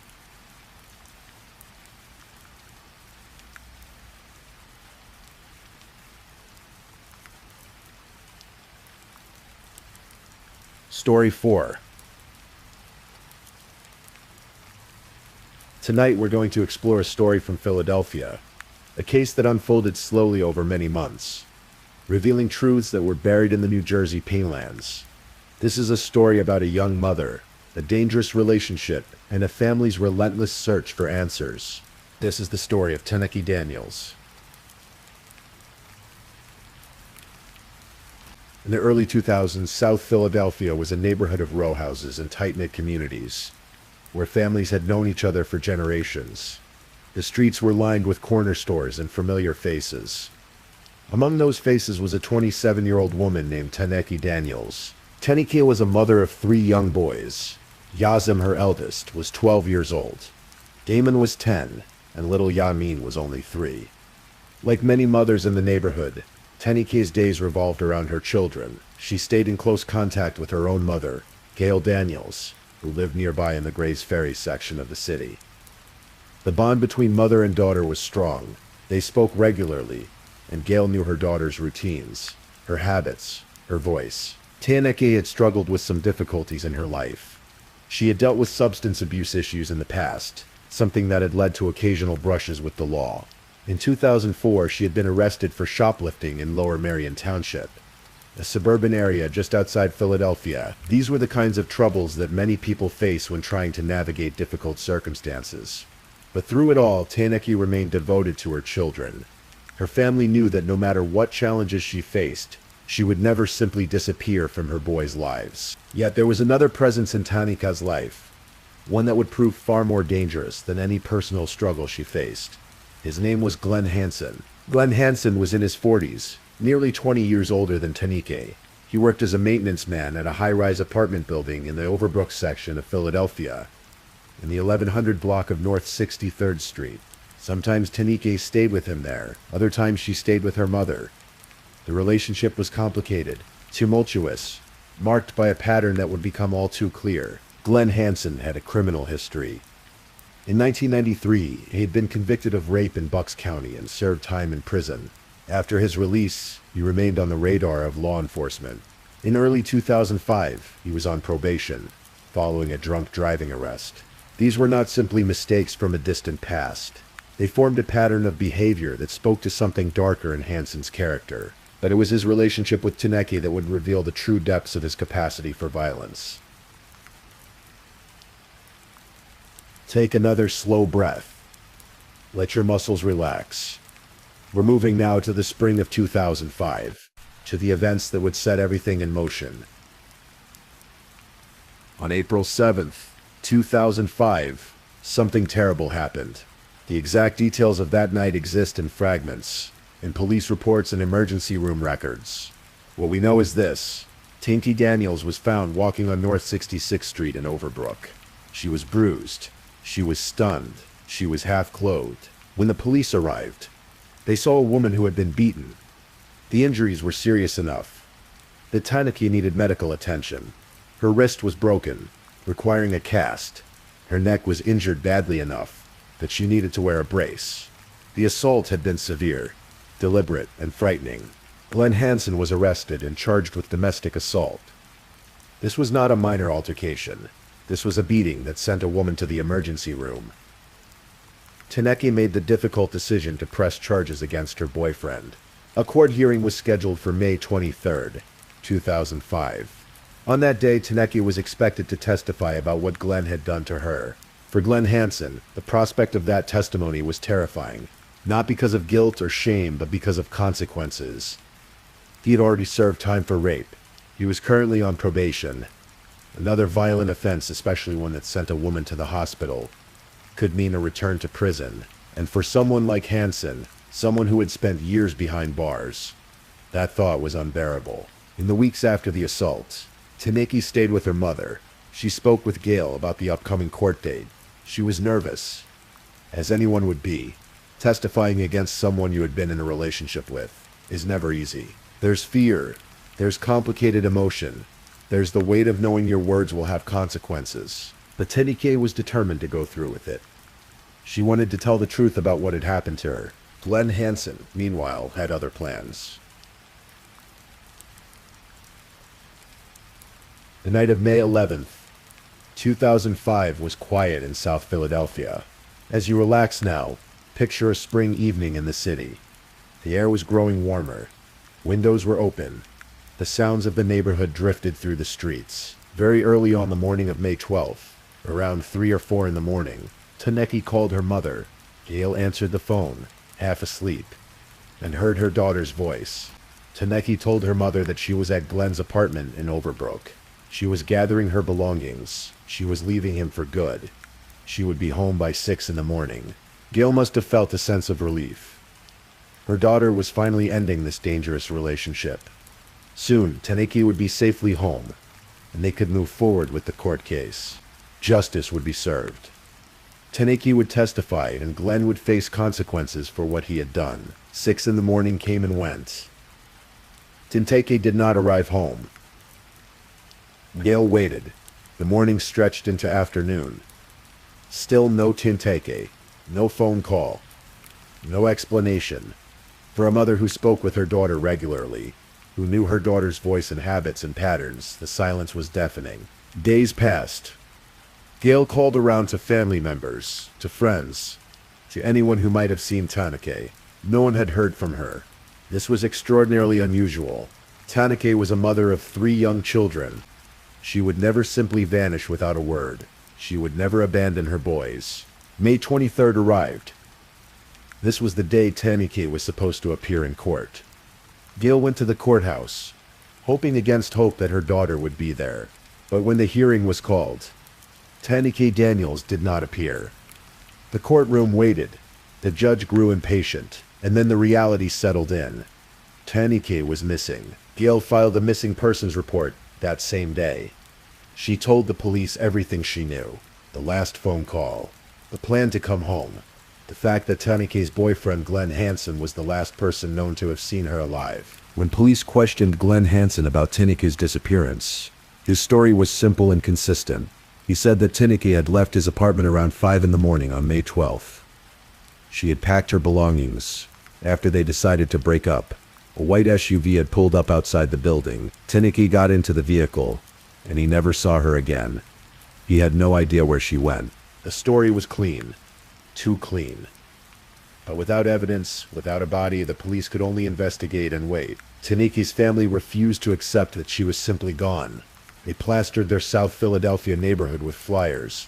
They offered a reward. State Representatives Harold James and Babette Josephs partnered with the Citizens Crime Commission and put up $7,500 to help with the search. Friends, neighbors, and community members kept Taneki's name alive, hoping someone somewhere had seen something. Gail took in 2 of Taneki's sons, Yasim and Yamin. Damon went to live with his father. The family tried to maintain some sense of normalcy for the children. But how do you explain to young boys that their mother has vanished? Weeks turned into months. Summer came and went. Fall arrived. Winter settled over Philadelphia. Still, there was no sign of Taneki Daniels. The family clung to hope. But with each passing day, that hope grew more fragile. And all the while, Glenn Hansen went about his life, working his maintenance job, living in his apartment, carrying the weight of a terrible secret.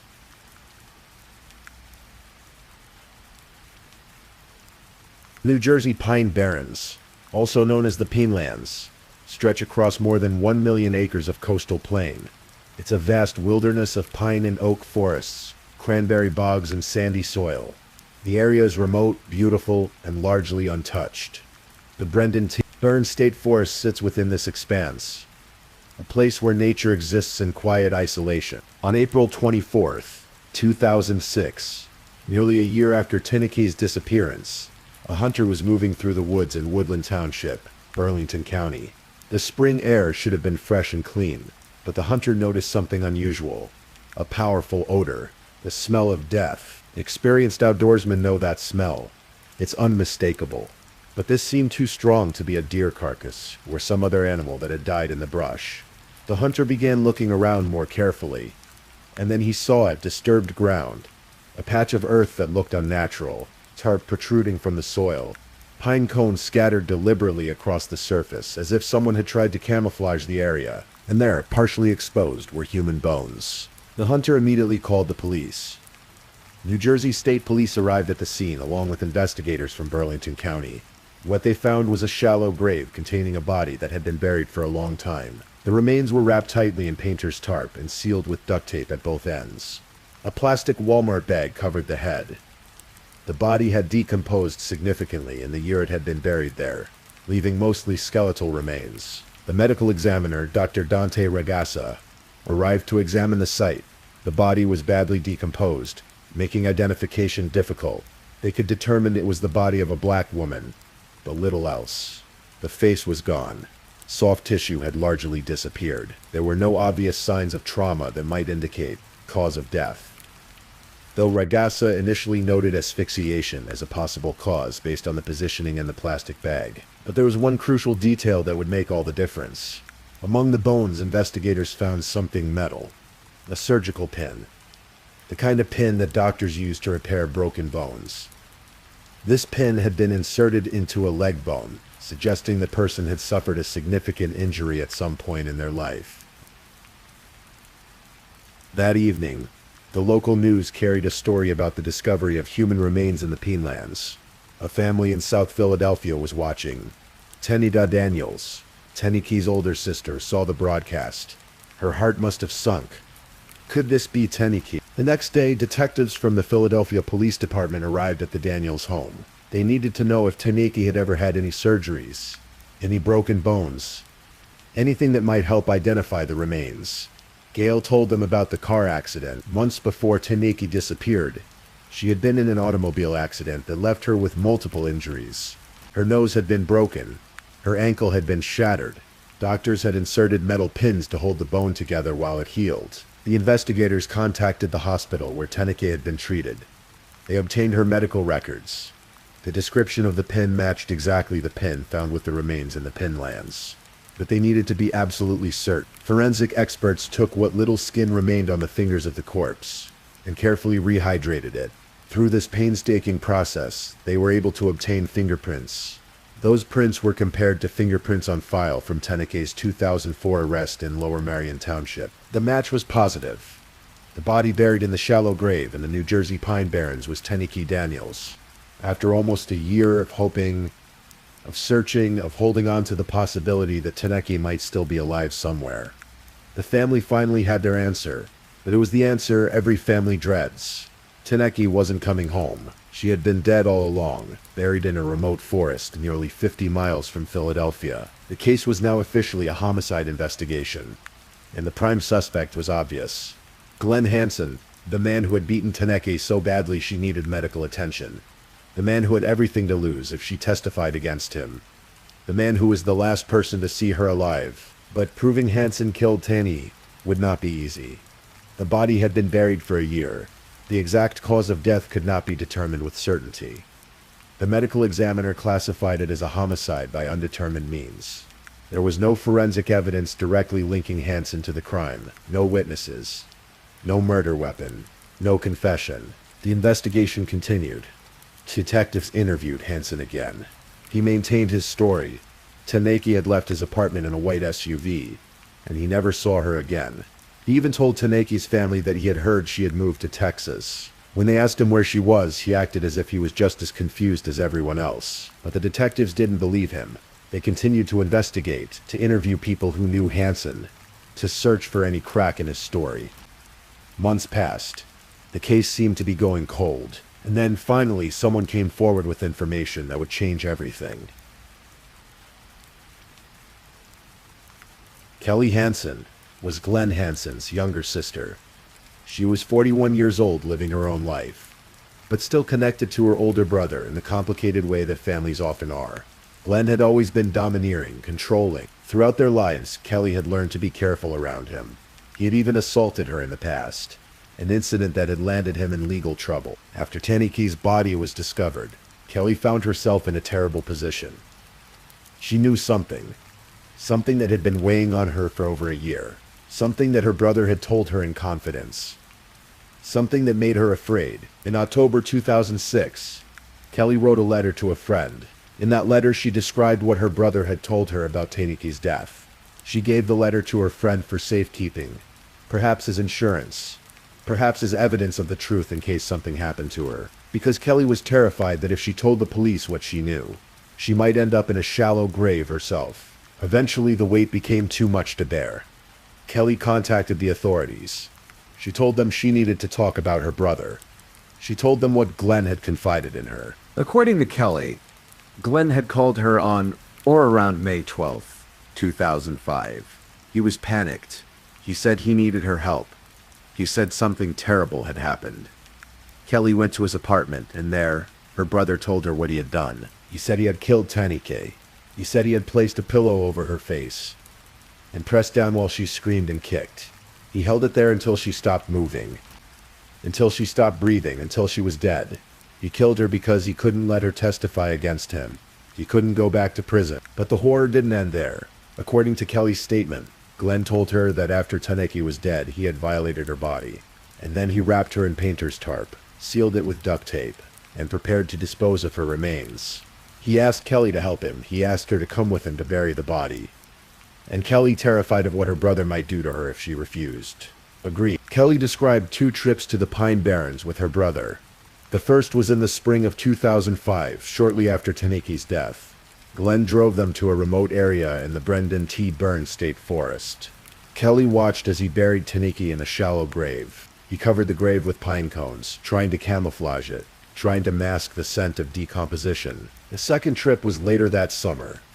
Glenn said he needed to check on the grave. He was worried that the smell might attract animals. He wanted to put more pine cones on the site to make sure it remained hidden. Kelly accompanied him again. She remembered him standing at the grave site, crying out to the woods, saying, "I'm sorry. I love you." When Kelly first spoke to detectives in 2006, she did not tell them this version of events.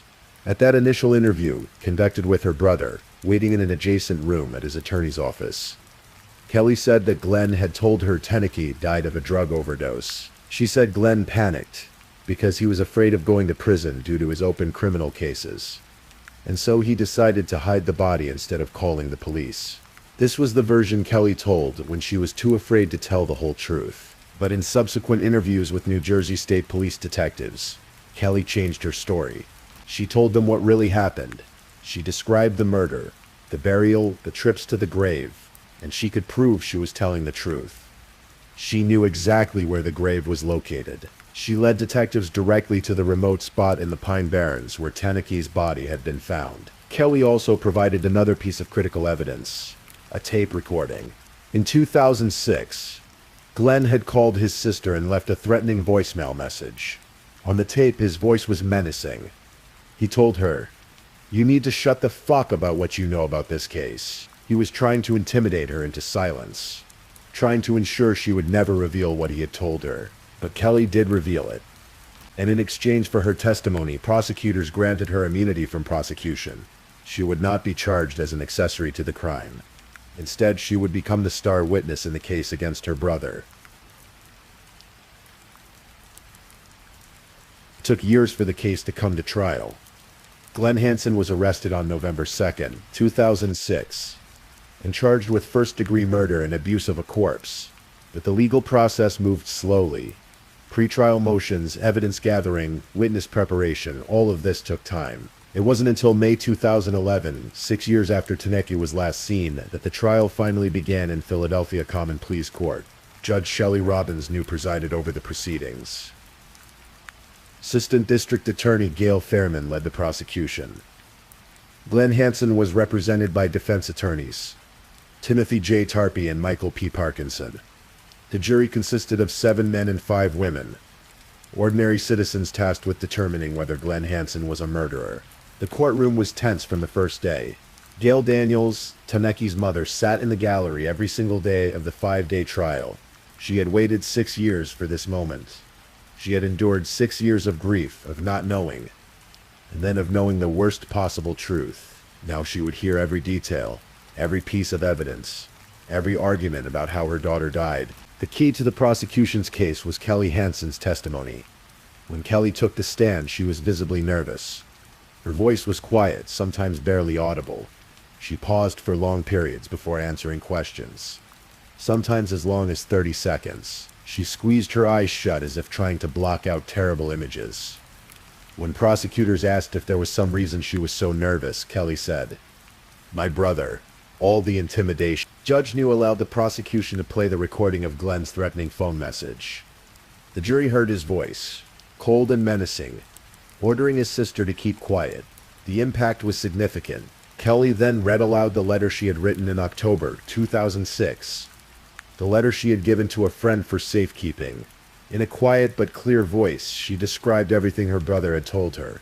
The smothering, the desecration of Taneki's body, the burial, the return trips to the grave, the words he had cried out to the forest. She also testified about the intimidation she had faced from her brother. Her fear that she might end up like Taneke, but always in the back of my brain, I think. What if Kelly ends up the same way as Taneke?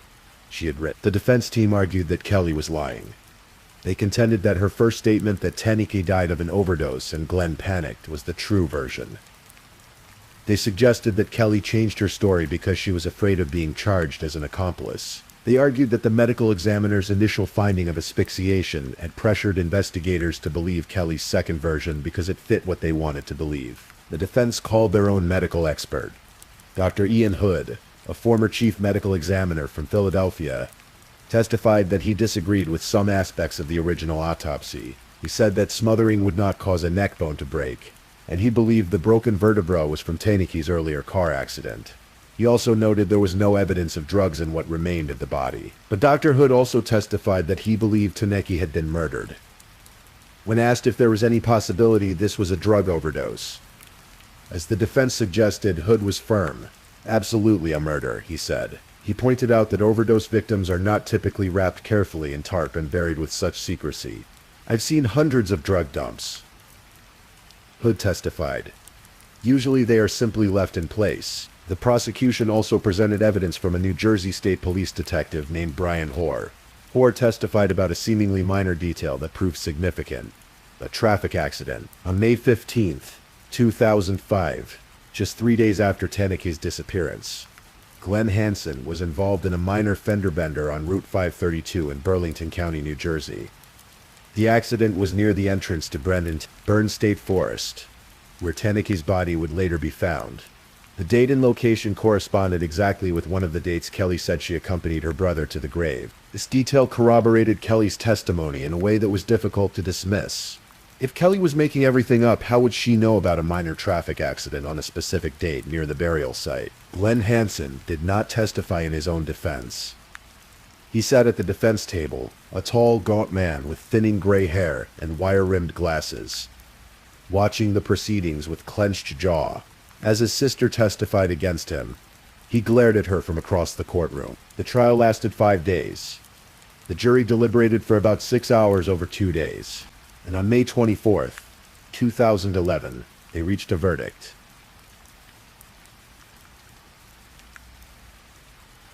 When the jury filed back into the courtroom, Glenn Hansen's face showed a slight smile. Perhaps he believed the defense had succeeded in creating reasonable doubt. Perhaps he thought his sister's testimony wouldn't be enough. Perhaps he still believed he could escape justice for what he had done. But as the jury forewoman stood and read the verdict, that smile disappeared. His eyebrows arched. His expression fell. Guilty of first-degree murder. Guilty of abuse of corpse. Gail Daniels, who had sat through every moment of the trial, wept quietly. After 6 years of waiting, of grieving, of seeking answers, she finally had justice for her daughter. "I'm just glad it's over," she told reporters afterward. "I'm just glad he got his just desserts." A first-degree murder conviction in Pennsylvania carries an automatic sentence of life in prison without the possibility of parole. There was no sentencing hearing needed, no deliberation over punishment, Glenn Hansen would spend the rest of his life behind bars. The prosecutors had not sought the death penalty, so prison would be his fate until the end of his days. Judge New set a formal sentencing date for the following day, though it was merely a formality. The sentence was mandatory and unchangeable. Glenn Hansen, the man who had beaten Tanny so severely. She needed medical care. The man who had killed her to silence her.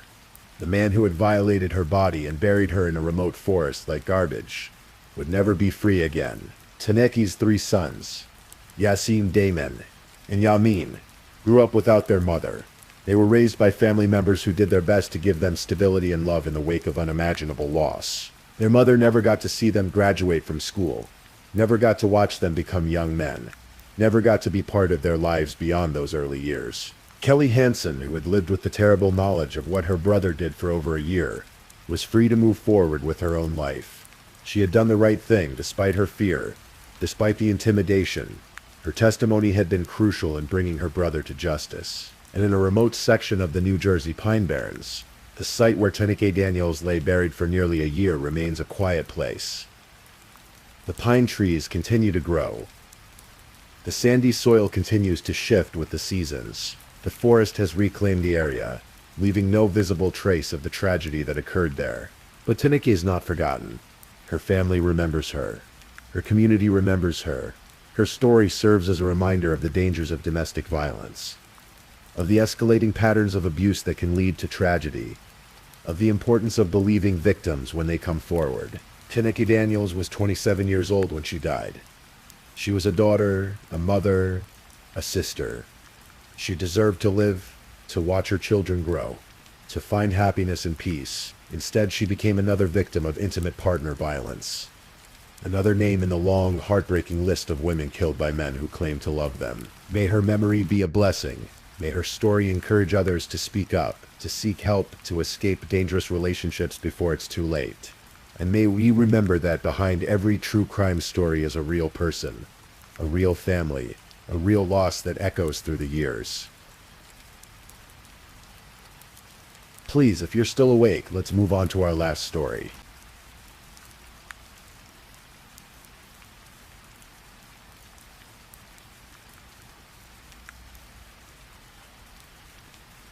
Story 5.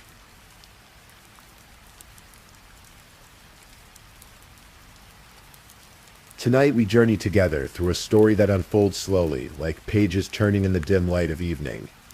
This is a tale of lives intersecting in the coastal town of Bournemouth, where the sea meets the cliffs and where darkness can hide beneath the most ordinary surfaces. Take a deep breath. This is the story of Simon Shotton, a man whose life ended in the late summer of 2023. In circumstances that would shock a quiet seaside community and reveal the devastating consequences of addiction, manipulation, and violence. Simon Shotton was 49 years old when his story came to its tragic end. To understand what happened to him, we must first understand who he was, and the winding path that led him to Bournemouth in the summer of 2023. Simon was born into a family that would later speak of him with love, despite the complicated relationship addiction had forced between them. He had children, a son named Wesley among them, who remembered his father as someone filled with love and care, even when circumstances made that love difficult to show consistently. From an early age, Simon struggled. Life presented him with challenges that seemed to multiply as the years passed. But he was a hard worker, the kind of man who would take whatever employment he could find. Agency work, fairground positions, warehouse jobs. He did his best to stay in touch with his mother and his sons, even as the demons of addiction pulled at him from all sides. By his adult years, Simon's life had become increasingly chaotic.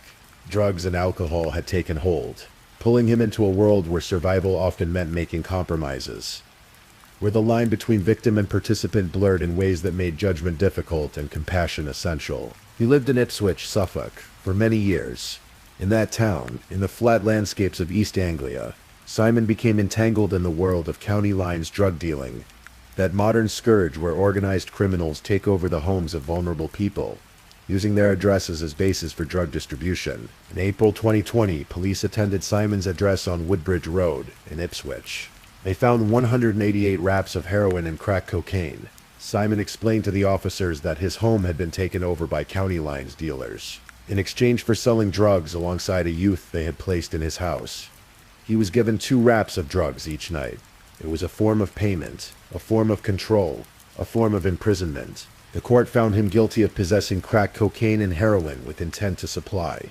He received a 2-year prison sentence, suspended for 2 years. But addiction is not deterred by suspended sentences.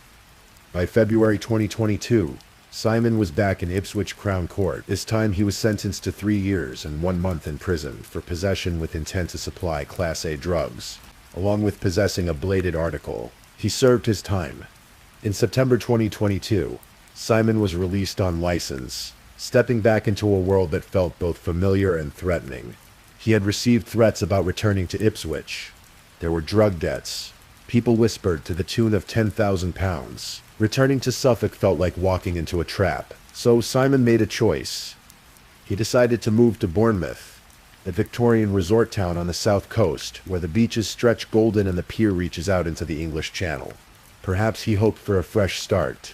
Perhaps he simply hoped for survival. Under the supervision of the probation service, Simon made the coastal town his new home. His probation officer arranged monthly meetings, coordinating through text messages. They even provided him with a SIM card for a mobile phone, a lifeline of sorts. But Simon had nowhere to live. Housing was scarce. Money was scarcer. He found shelter in the derelict remains of the Montbijou Hotel on Manor Road, a building that had been boarded up for approximately 10 years. The place was very run down in the slow process of being renovated. Simon lived in a small room with makeshift curtains and a bed. He paid no rent. Instead, he told his probation officer there was an informal agreement. He would stay there as security, deterring squatters from taking over the property. It was a precarious existence. But Simon was trying. He was checking in with probation, trying to stay clean, trying to navigate the impossible maze of addiction and recovery, while homeless and alone in a new town. Then, in the summer of 2023, Simon met Benjamin Atkins and Debbie Pereira. Benjamin Atkins and Debbie Pereira first met in July 2018 during a drug rehabilitation program. At that time, they were 2 people trying to climb out of the same dark well. 2 people who understood the grip of addiction because they wore its chains themselves. They were not romantically involved at first. Their lives moved in separate orbits for several years. But social media has a way of reconnecting people. In April or May 2022, Benjamin began commenting on some of Debbie's posts on Facebook. Messages were exchanged. They arranged to see one another. A spark ignited. Within a few months of starting their relationship, Benjamin moved into Debbie's flat at 18B Aylesbury Road in the Boscombe suburb of Bournemouth. They had been living together for over a year. By the summer of 2023, Debbie was 39 years old, a woman struggling with her own complex constellation of challenges. She had OCD and agoraphobia, conditions that caused panic attacks and made leaving her home feel like an insurmountable task. She was seeking help from doctors and from an organization called We Are With You, trying to manage her anxiety. She was also a methadone user, caught in the slow attempt to move away from harder drugs. Benjamin Atkins was 49, the same age as Simon Shotton. He had 16 convictions for 26 offenses in his past, though none recent enough to be immediately relevant to what would happen. He was a father of 2. Neighbors who knew the couple described them initially as appearing to be a very happy couple. But beneath the surface, things were changing. One neighbor who had known Debbie since she first moved into the address noticed a transformation after Benjamin appeared in her life. Debbie's appearance became slightly gaunt. She got thinner and appeared more pale. She seemed less outwardly friendly than before. Visits from Debbie's family to her address began to tail off, growing less frequent until they stopped altogether. Benjamin explained to neighbors that Debbie's changed appearance was due to an eating disorder. But the neighbor began to suspect drugs were involved, that perhaps Benjamin's arrival had coincided with a return to old habits. Despite whatever darkness was growing in their lives, the couple appeared affectionate in public. They held hands, they smiled.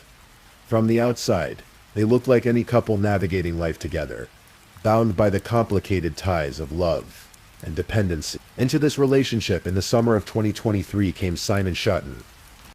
He needed a place to stay. He had access to drugs, and Benjamin Atkins and Debbie Pereira were using again, caught once more in the undertow of addiction they had tried so hard to escape. An arrangement was made. Simon could stay with them in exchange for providing crack cocaine and heroin.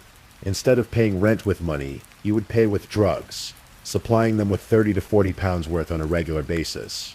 Sometimes Simon would sleep on the sofa. Other times he pitched a tent in the small garden behind the flat. For a while this arrangement functioned, however dysfunctionally.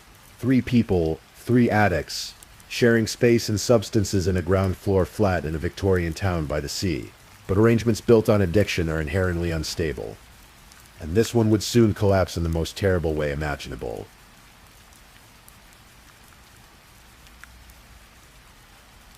As July turned to August in 2023, tensions in the flat on Aylesbury Road began to rise.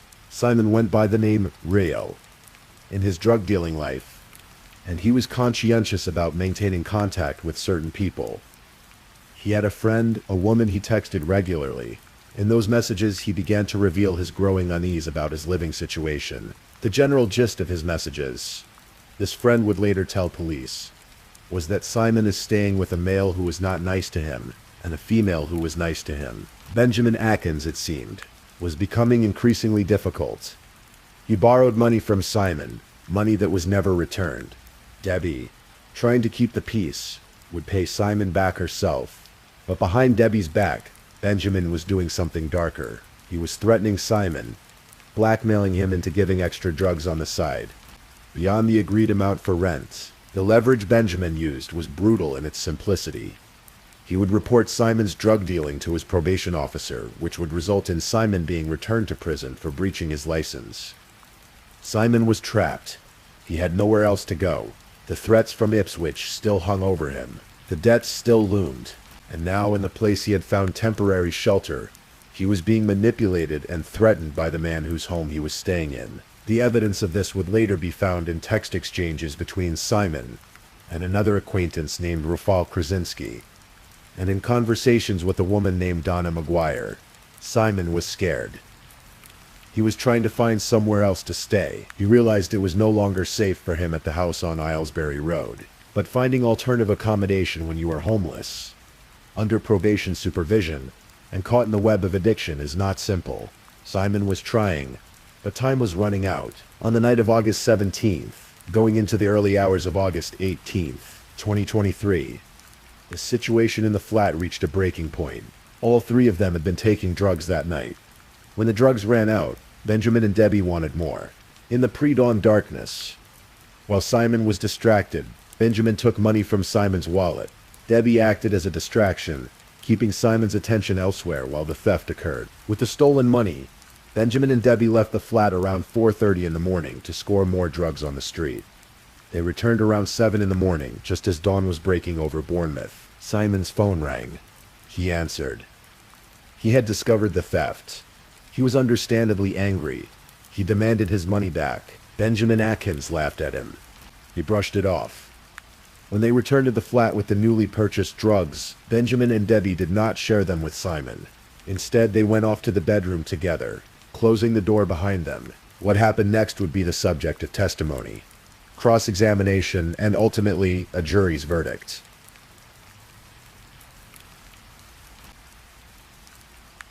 According to Benjamin Atkins's later testimony, when he and Debbie returned home with the drugs that morning, they were confronted by an enraged Simon Schotten. In Benjamin's account, Simon was holding a syringe aggressively, threatening violence. Simon allegedly said, "You'd better have my money or I am going to kill you." Benjamin claimed that he tried to de-escalate the situation, promising to sell some items to repay the 30 thousand he owed. But Simon, Benjamin said, was frothing at the mouth, livid with rage. Then, according to Benjamin's version of events, Simon pulled out a knife. He poked Benjamin in the stomach with it a couple of times. A fight erupted. Benjamin claimed he tried to defend himself by grabbing the knife. He described the scene as carnage, insisting that Simon was trying to kill him, and that there was no doubt about it. In his testimony, Benjamin said he tried to defend himself by stabbing Simon with the end of a plastic hairbrush, until it snapped, then by hitting him over the head several times with a speaker until Simon stopped moving. When Simon finally lay still, Benjamin checked his pulse. There was none. Simon Schotten, 49 years old, father, son, troubled soul, was dead. This was Benjamin's story. His claim of self-defense, but the jury would not believe it. The physical evidence, the aftermath, and Benjamin's own actions told a different story. One of ferocious violence that went far beyond what self-defense could justify. The fight took place somewhere in the flat, the bedroom, the hallway. The exact location was uncertain, but what was certain was the violence of it. The judge would later describe the attack as ferocious and unnecessary. Even if Simon had started the confrontation, even if there had been some element of Benjamin defending himself initially, the level of force used was so extreme that it crossed the line into murder. After Simon lay dead, Debbie was in the bedroom. She would later claim she knew nothing of what was happening, that she was shocked when Benjamin told her what had occurred, that the prosecution would paint a different picture. One of a woman who, if she did not participate in the killing, certainly participated in what came after. Benjamin took Simon's crack pipe from the dead man's pocket. It was loaded with crack cocaine. Benjamin and Debbie smoked it together. They were in the bedroom for approximately an hour or more, though Debbie would later admit her sense of time could be wrong due to the drugs. Then Benjamin told Debbie he was going to deal with this. He told her not to worry about anything. He said he knew what he was doing. He assured her that no one was going to look for Simon. No one was going to be bothered. No one was going to care. All she had to do, he told her, was keep quiet. For reasons he could not later explain, Benjamin moved Simon's body into the garden during daylight hours, even though the garden was overlooked by neighboring properties. It was a risk, moving a body in broad daylight, but perhaps the drugs made risk feel distant and unreal. That same afternoon, August 18th, just hours after Simon's death, CCTV cameras captured Debbie Pereira walking calmly into a cash creator's shop in Boscombe. She was selling Simon's mobile phone, the phone that was still warm with his life, the phone that contained his contacts, his messages, his connection to the outside world. Debbie sold it for cash. The couple was sweating in the footage. They were selling other items too, things that belonged to Simon. Power banks, deck things, converting a dead man's possessions into money for more drugs. This was the beginning of what would become an elaborate and horrifying cover-up. One that would shock the seaside community of Bournemouth and haunt everyone who learned its details. What Benjamin Atkins did next would test the limits of human comprehension. He waited until Debbie was asleep. Then, under the influence of what he would later describe as copious amounts of various drugs, he went into the garden. Simon's body lay there, covered. Benjamin had no plan, or so he would claim. His plan, he said, was simply to get absolutely intoxicated on drugs and try to live his life as best he could, knowing he had taken another man's life. But a body cannot be hidden easily. It tells its story through decay, through smell, through the simple fact of its existence taking up space in the world. Benjamin knew this, on some level, and so in the darkness of that August night, he began to cut. He had stolen a hacksaw from a local shop, a Wilco store. Debbie had acted as a decoy during the theft, keeping the staff's attention elsewhere while Benjamin slipped the tool into a bag. They had also purchased black bin liners, bleach and silver tape, materials for cleanup, materials for disposal, in the utility room of the flats. Benjamin systematically dismembered Simon Schotten's body. He would later admit to this, describing the act while claiming he would never have done it sober, that he was scared, traumatized, panicked, under extreme stress and the influence of drugs. The process took time. Days. Benjamin worked methodically, separating limbs from torso, sawing through bone and flesh. It must have been exhausting work, gruesome work, the kind of work that would stain not just hands but the very air of that flat with the evidence of its horror. Debbie, in the flat during much of this time, would claim she did not know what was happening, but the prosecution would argue otherwise. Someone performed an extensive cleaning operation, scrubbing blood from surfaces, bleaching away evidence. Benjamin would later reference the amount of bleach Debbie had used. The cleaning must have taken many days. Every surface had to be wiped, every trace of violence erased, as much as possible. Within the first week after Simon's death, Benjamin made his first disposal of remains. He told Debbie he was going to get methadone from the chemist. Instead, he cycled through the streets of Boscombe with Simon's legs in a bag. riding through the summer sunshine until he reached the manor steps zigzag path on Boscombe Cliff Road. There, in the bushes, he deposited the wrapped packages of what had once been a man's legs. Approximately 1 to 2 days later, Benjamin removed Simon's torso from where it had been wrapped in tarpaulin in the garden. He placed it in a suitcase, one he had taken from a wall where someone had left it. Then, methodically, he continued his disposal efforts, leaving parts of Simon Shotton scattered across the Boscombe area like a terrible breadcrumb trail. Benjamin also tried to burn some of Simon's remains in a fire pit in the back garden. He attempted to burn Simon's head, thinking perhaps that fire would reduce it to ash, would erase this final piece of evidence. But human bone does not burn easily, not in a garden fire pit. The head did not completely incinerate. Frustrated, Benjamin wrapped the remaining body parts and continued distributing them across the town. Meanwhile, life in the flat on Aylesbury Road continued in its macabre normalcy. Benjamin and Debbie lived in the space where a man had died, where his body had been cut apart, where his blood had soaked into surfaces they now walked across daily. They continued to use drugs. They continued their relationship. Neighbors noticed nothing particularly unusual, but secrets of this magnitude cannot stay buried forever. And soon, a stranger's discovery would set in motion the machinery of justice. It was August 26, 2023. 8 days had passed since Simon Shotton's death. A member of the public was walking on the manor steps zigzag footpath, that scenic route along the Boscombe cliffs where tourists and locals alike walk to enjoy views of the sea. This person was taking shelter under a tree when a package suddenly landed with a thud beside them. The package was wrapped with gray masking tape.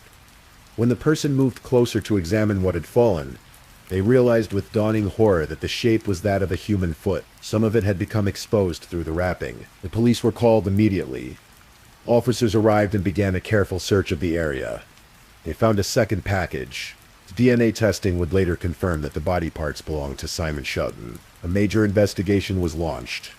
The Major Crime Investigation Team of Dorset Police took over. Initially, they had partial human remains and no victim identity. It was an investigator's nightmare. Evidence of murder, but no knowledge of who had died or who might be responsible. The meticulous work began. Scientific analysis to identify the deceased, canvassing of the area, review of CCTV footage, tracking of mobile phones. The breakthrough came through the phone. Detectives identified that a phone linked to Simon Shotton had been sold at a cash creator's store in Boscombe on the afternoon of Friday, August 18th, 2023. When they reviewed CCTV footage from the store, they saw Benjamin Atkins and Debbie Pereira entering and selling the phone. This connection led police to 18B Aylesbury Road, where the couple lived. On the evening of Friday, September 1st, 2023, 2 weeks after the first remains were discovered, police officers arrived at the flat. They knocked. No answer. They searched the exterior of the property. An officer using a torch swept the beam across the garden. Behind a wheelbarrow, the officer saw something.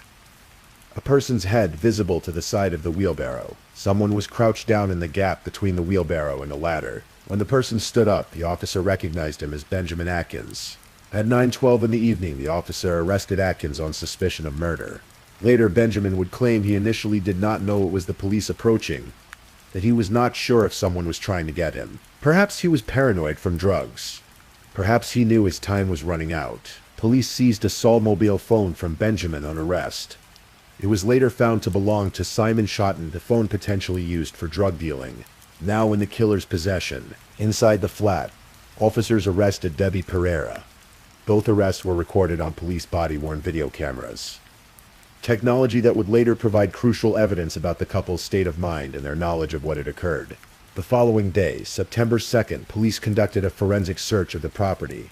In the garden, they found 2 black bin bags. Inside were Simon Shotton's severed arms. On September 6th, 2023, more remains were discovered in Boscombe Chennine Gardens, a public park by the seafront. Simon's torso was found inside a black suitcase, covered with flies, emitting what witnesses described as a stench of death. Even then, the discoveries were not complete. Following information that Benjamin Atkins provided to his legal team before trial, police conducted searches in the Walpole Lane area of Boscombe from Wednesday, February 28, 2024, Search teams recovered a number of bone fragments, but parts of Simon Schotten have never been found. Most significantly, the majority of his head remains missing. Benjamin Atkins has never said what he did with it.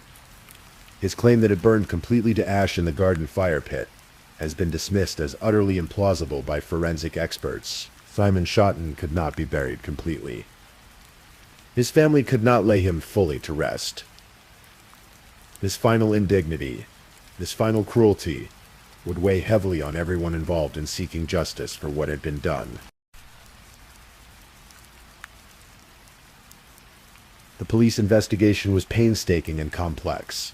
Detective Chief Inspector Neil Third of Dorset Police's Major Crime Investigation Team led the efforts, coordinating a massive undertaking that would eventually involve thousands of hours of work. Officers reviewed countless hours of CCTV footage, tracking the movements of Benjamin Atkins and Debbie Pereira in the days following Simon's death.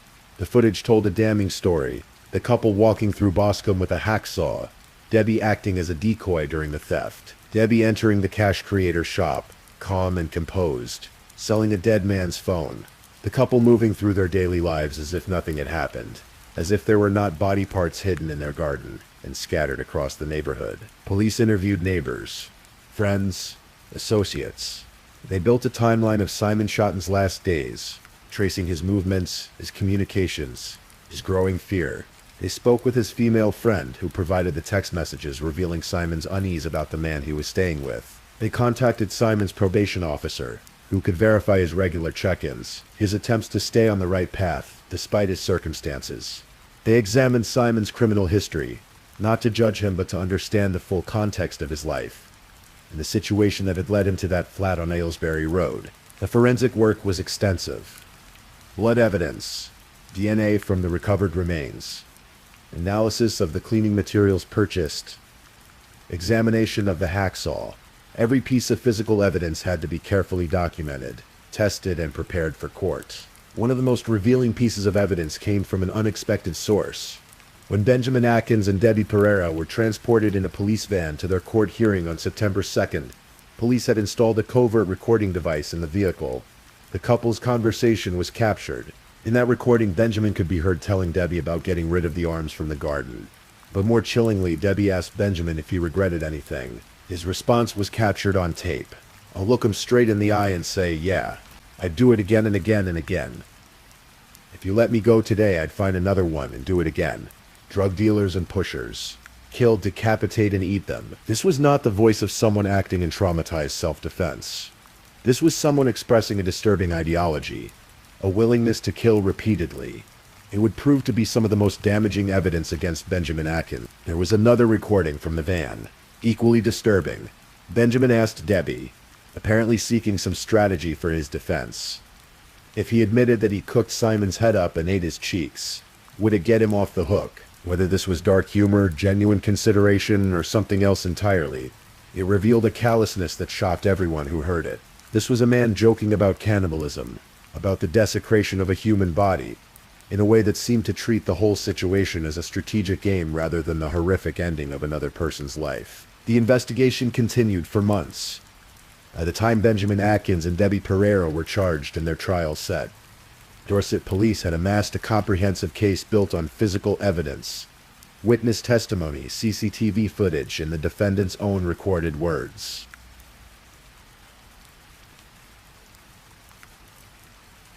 In April 2024, 8 months after Simon Schotten's death, Benjamin Atkins and Debbie Pereira stood trial at Winchester Crown Court. Both pleaded not guilty to murder. They also faced charges of perverting the course of justice and preventing the burial of a corpse. The trial would last approximately 6 weeks, a marathon of testimony, evidence presentation, and legal argument. The jury would hear details that would challenge their emotional endurance, forcing them to confront the worst of human capacity. Paul Cavan Casey led the prosecution. His task was to present the evidence in a way that revealed not just what had happened, but the deliberate choices made in the aftermath. He walked the jury through the timeline, from the theft of Simon's money to the discovery of his scattered remains. The defense for Benjamin Atkins was clear. Self-defense. Yes, he had killed Simon Schotten. Yes, he had dismembered the body. But the killing itself, he claimed, was justified. Simon had attacked him with a knife.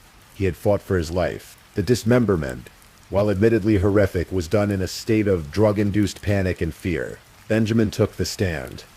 He described meeting Simon, the arrangement for Simon to stay with them, the growing tensions. He painted Simon as aggressive, threatening, dangerous. He described the confrontation on August 18th. Simon with a syringe, then a knife, coming at him with murderous intent. He admitted to the dismemberment, but framed it as the actions of someone traumatized, and under the influence of copious amounts of drugs. "I wouldn't have done that if I wasn't under the influence," he told the court. "I was scared, I was traumatized, I was panicked, I was under extreme stress. What I'd done was truly awful. It's horrendous what I have done, and I deserve to be punished for what I have done. I am sorry to his family. I am sorry to my family. It's difficult for me to be remorseful to a man who was trying to kill me in my own house." But the prosecution dismantled this narrative piece by piece. The physical evidence did not support a simple case of self-defense. The level of violence was ferocious, beyond what would be necessary to stop an attacker. The calculated disposal of the body, the selling of Simon's possessions, the extensive cleaning operation, the lies told to police, all of this painted a picture of murder, followed by deliberate cover-up, not panicked response to legitimate self-defense. The CCTV footage was damning. Debbie Pereira, the hours after Simon's death, calmly selling his phone. The couple, days later, working together to steal a hacksaw. Their movements tracked through Boscombe as they distributed body parts across the neighborhood. And then there were the recordings. Benjamin's voice, captured in the police van, saying he would do it again and again, talking about killing, decapitating, and eating drug dealers. However much he might claim trauma and drug-induced panic, those words revealed something else entirely. Debbie Pereira's defense was that she was an innocent bystander, a victim herself of Benjamin's manipulation and violence. She claimed she was in the bedroom when Simon was killed, that she knew nothing about it until Benjamin told her afterward. She portrayed herself as controlled by Benjamin, powerless to stop what was happening or to report it to authorities. But the prosecution argued that Debbie was far more involved than she admitted. She had acted as a decoy during the hacksaw theft. She had sold Simon's phone. She had helped clean the flat, an extensive operation that must have made clear what had happened. She had lived in that flat for days while Benjamin cut up Simon's body, while he moved the parts through rooms she occupied. The evidence about the bleach came up. Benjamin's recorded comments. "You'd have had nothing. The amount of bleach you used." This suggested Debbie's participation in the cleanup was substantial, and no. On May 22nd, 2024, after hearing all the evidence, the jury reached their verdicts. Benjamin Atkins was found guilty of murder. The jury had rejected his claim of self-defense. Whatever had happened in that flat on August 18th, it was not justifiable killing. It was murder. Debbie Pereira was found not guilty of murder. The jury accepted that she had not participated in the actual killing of Simon Schotten. However, she was found guilty of perverting the course of justice. Her actions after the murder, her help in covering it up, her lies to police, these constituted a serious crime in their own right. Both had admitted during the trial to preventing the burial of a corpse. The evidence of this was impossible to deny.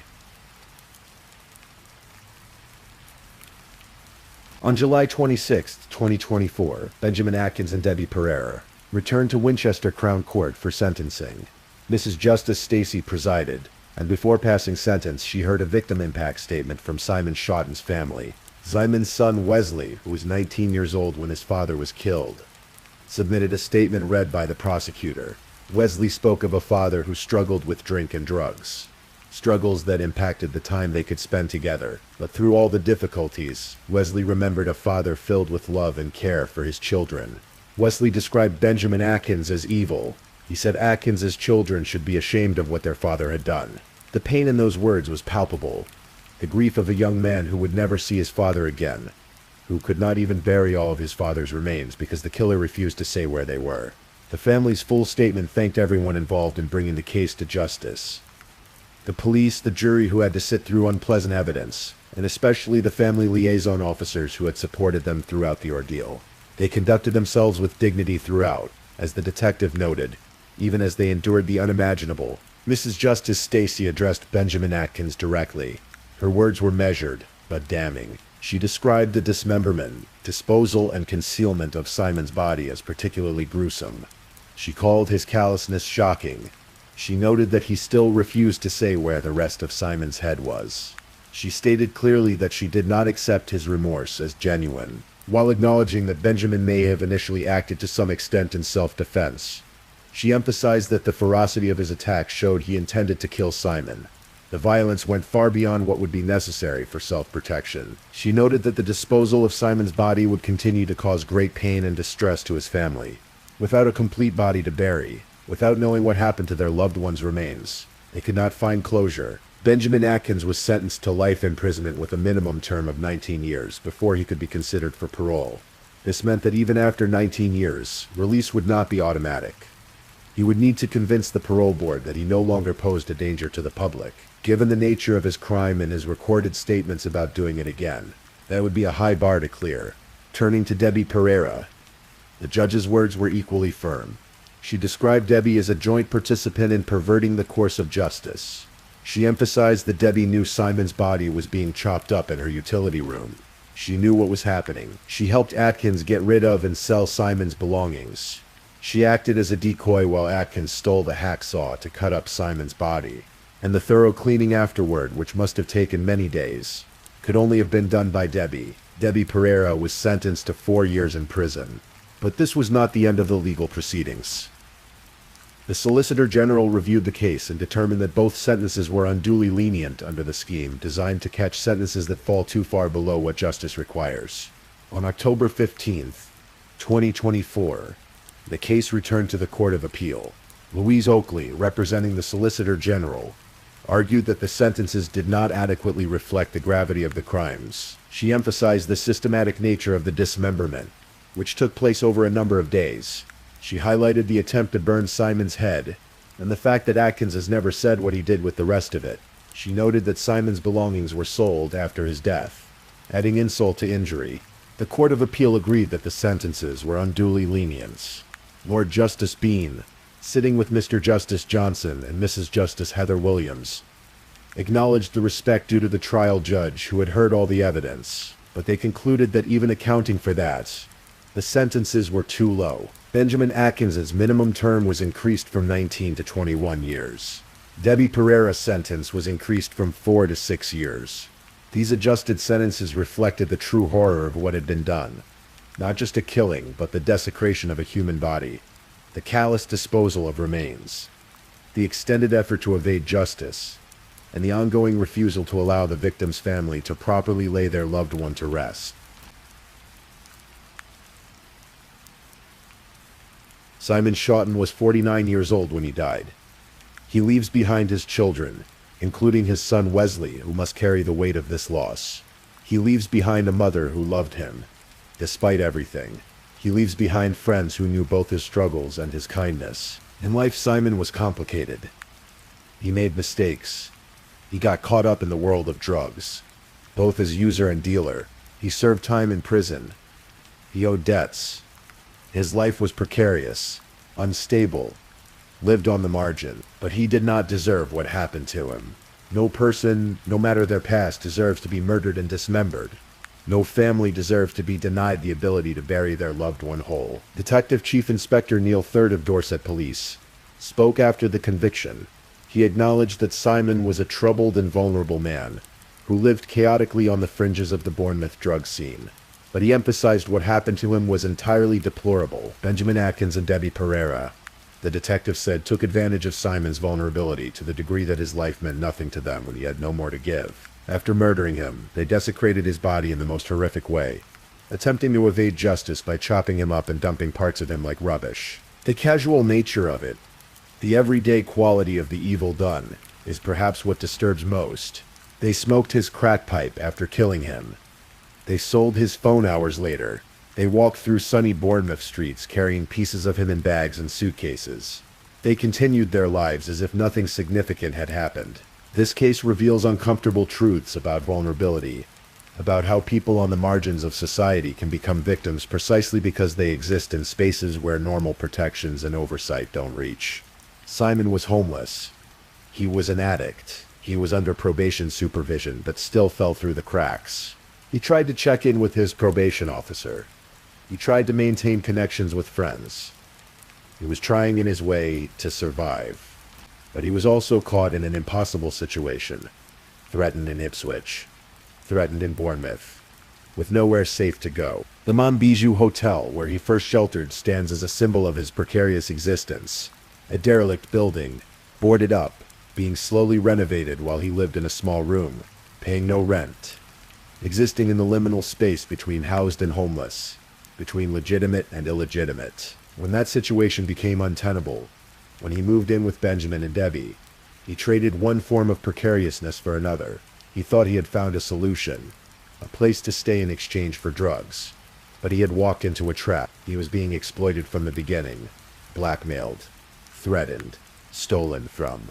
And when he finally stood up for himself, when he demanded his stolen money back, when he allowed his anger to show, it cost him his life. The jury rejected Benjamin's claim of pure self-defense, and rightly so. The violence was too extreme. The Fafgare too calculated. The recorded statements too revealing. This was not a frightened man who defended himself and then panicked. This was someone capable of systematic violence, of treating another human being as disposable, of joking about killing more people in the same way. Debbie Pereira's role remains morally complex. The jury found her not guilty of murder itself, accepting perhaps that she was not the one who struck the blows. But they found her guilty of helping to cover it up. She knew what Benjamin had done. She knew what he was continuing to do as he dismembered Simon's body in their home. She helped. She lied. She sold the victim's belongings. Her sentence, even increased on appeal, may seem light compared to the horror of what occurred. But the law distinguishes between committing murder and helping to conceal it. The jury made that distinction. The judges at sentencing and on appeal respected it. For Simon Schotten's family, no sentence will ever be enough. No amount of justice can bring him back. No punishment can undo what was done to his body, to their peace of mind, to their ability to grieve properly. Wesley Schotten's words at sentencing captured this. His father was filled with love and care, despite all his struggles. But Wesley called Benjamin Atkins evil.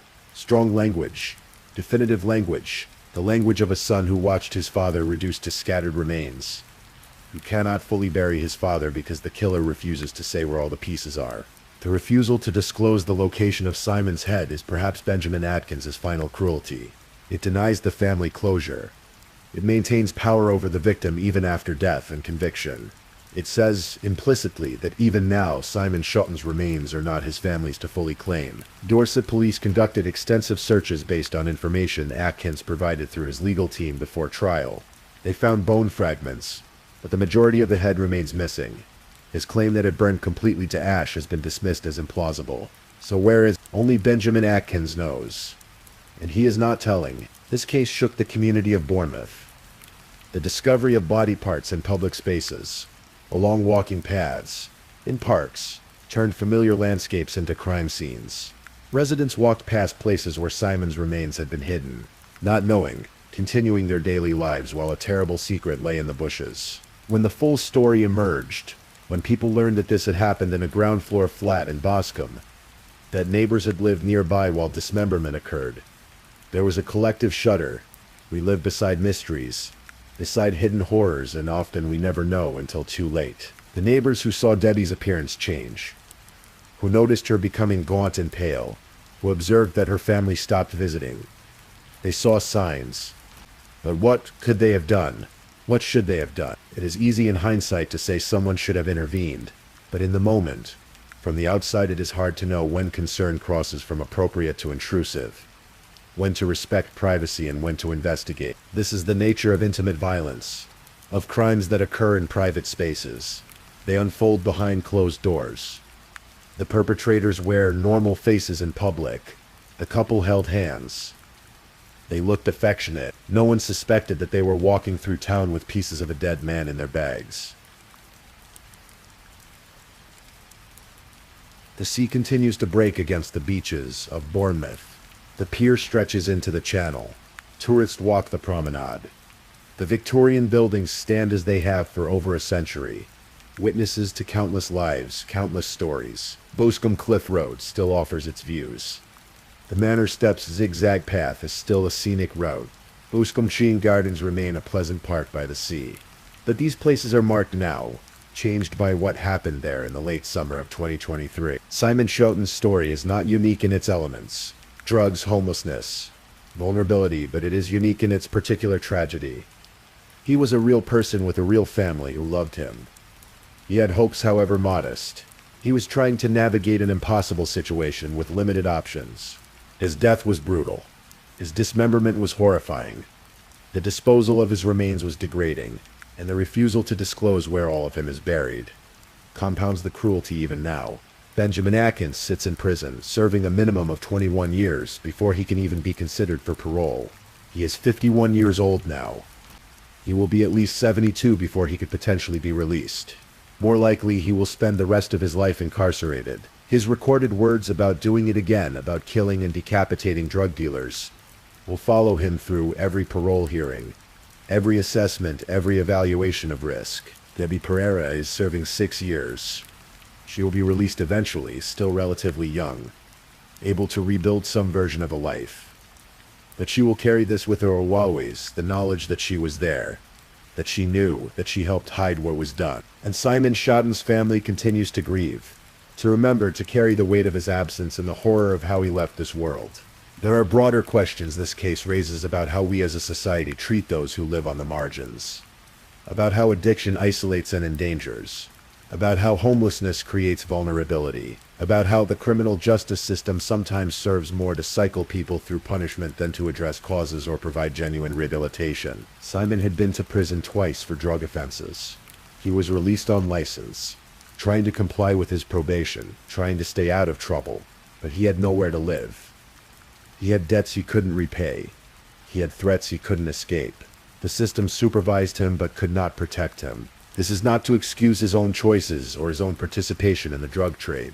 It is simply to recognize that punishment alone does not solve the complex web of problems that lead people into these circumstances. And when people are caught in that web, they become vulnerable in ways that can be fatal. Simon Schoten's life mattered. His death matters. His story matters. Not because it is unique, but because it illuminates the shadows where vulnerable people exist, where terrible things can happen, where justice must work hard to reach. The police did reach it. The investigation was thorough. The evidence was gathered. The trial was held. The convictions were secured. Benjamin Atkins and Debbie Pereira were held accountable for what they did. But Simon Schoten is still dead. Parts of him are still missing. His family still grieves.